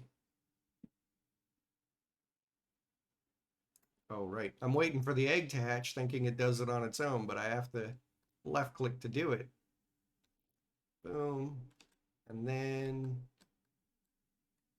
there we go. And it faces our dragon. And again, I have to re-enable movement. So I forgot to do that at the end of the timeline. So once the timeline finishes, I can enable player controls. There we go. Compile, save. And then it doesn't matter what we have set as the look at speed here, because inside of our dragon food, we're actually setting that here. So we're going to set that just to 1 second. It can be faster. You can probably even do it in half a second. In fact, because all I want it to do is when it plays the animation, I want the dragon to at least be facing the right way. Yeah, I could probably do that in half a second. And then the other thing is, technically, if you wanted to, you could have it set up so we move the player into a position where he's close enough to eat the watermelon. But I'm not going to work on that now because it's just extra finesse that we don't need. So I'm going to change this down to 0.5 so that he just turns really quickly, and maybe even 0.3. So that way that's ready. And then, so we're going to tell the player to look at the target. Then what we're going to do is we're going to play an animation. So probably if we want to do this properly, we probably want to go into our 4 dragons, into our meshes, into our soul eater, and into our NMBP. And we probably want to go, back to our default graph here and drag out, add a state of eating, and drag that back over here. And then we want to, in here, create a variable called eating ? And if eating is true, we can enter the state. And if eating is not true, so exclamation mark for a not Boolean. If eating is not true, then he leaves the state. And, whoops, back to our anim graph here. And in eating, we've got attack mouth. I think that's going to be the best one. So, got attack mouth animation, put that in there. Then what we have to do is we have to go into our baby dragon character and we have to create a new variable. We're going to call this eating ? And it's not going to be an actor, it's going to be a Boolean. I got to drag this up again so you can see it. So we've created an eating ? Boolean. And so compile and save that. By default, we don't want it to be true. Then in our dragon food, we're going to drag out here. We're going to go set eating. So we're going to set that to true. And double click on here, drag that out. So once we've set eating to true, it should play the eating animation.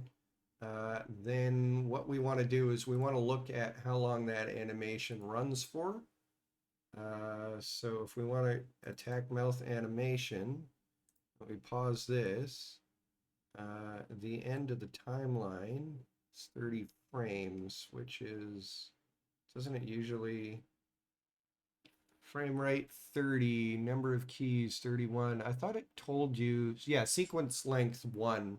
I can't point to it, but fourth from the top, you see sequence length 1. So if you look at some of these, 1.5, sequence length 0.166. So these are how long in seconds the animation is.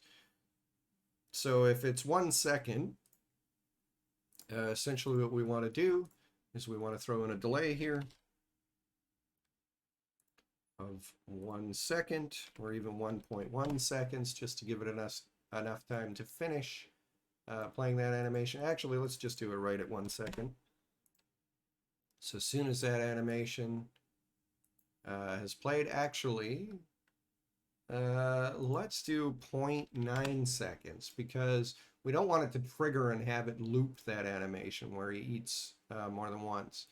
And then we're going to duplicate that, turn it off, plug it in here, drag this pin in, set eating to false, and the second that he eats it, so probably if we look at the animation for mouth attack and play this timeline, so he goes shunk. So right at about here, 70% through, so 0.7 seconds, that's when we want our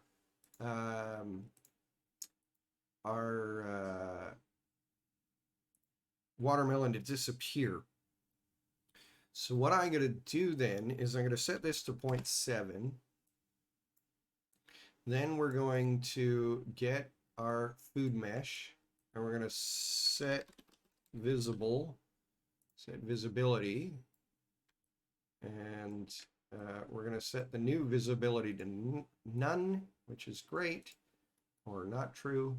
And then we're going to delay another 0.2 seconds. So that'll give us a total of 0.9. Turn off eating so that the animation transition's fine. And then we're going to type in destroy actor and leave it as a reference to itself. And so what that should do is it should allow us to eat our watermelon here. So we're going to come out of our eggshell, and we're going to be facing the wrong way. Yum, yum. He munches the eggshell, but he didn't actually play the animation. So why? Because we forgot to actually set it here. Ha ha ha ha. So from our pawn owner, we're going to want to create a branch in here, reroute pin, and we're going to drag out, and we're going to cast to dragon, baby dragon character. So after we set our speed, we are going to cast to our baby dragon character, and this is where we'll run our code specific to the baby dragon. And we're going to go get eating, and we're going to set eating here. Compile and save. Now that should actually play our eating animation. I don't know if you guys can hear, but my dog is begging to be let into the room. Hey, bud. How you doing? Good boy. Yeah.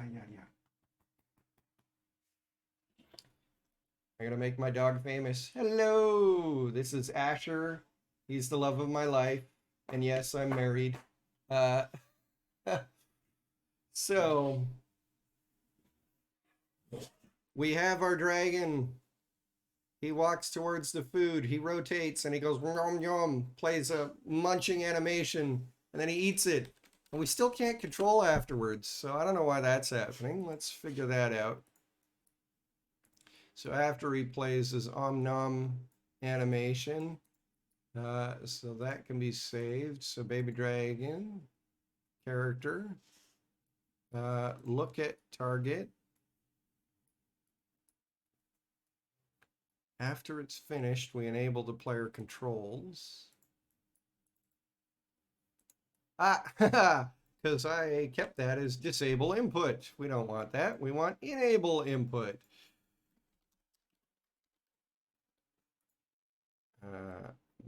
Nope. That goes in there. Player controller goes in there.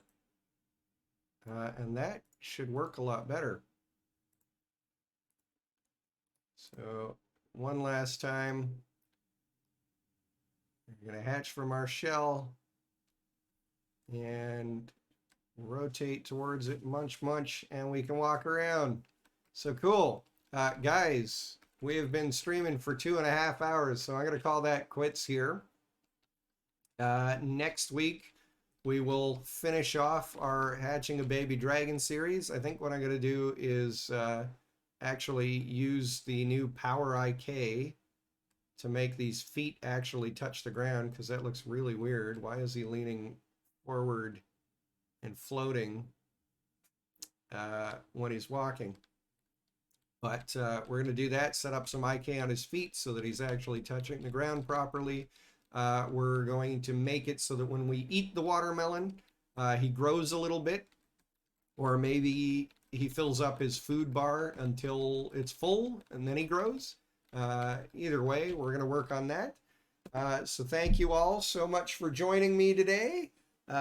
Terry, Dan, it's been a pleasure. Hope you guys have a wonderful rest of your evening, and maybe see you guys next week.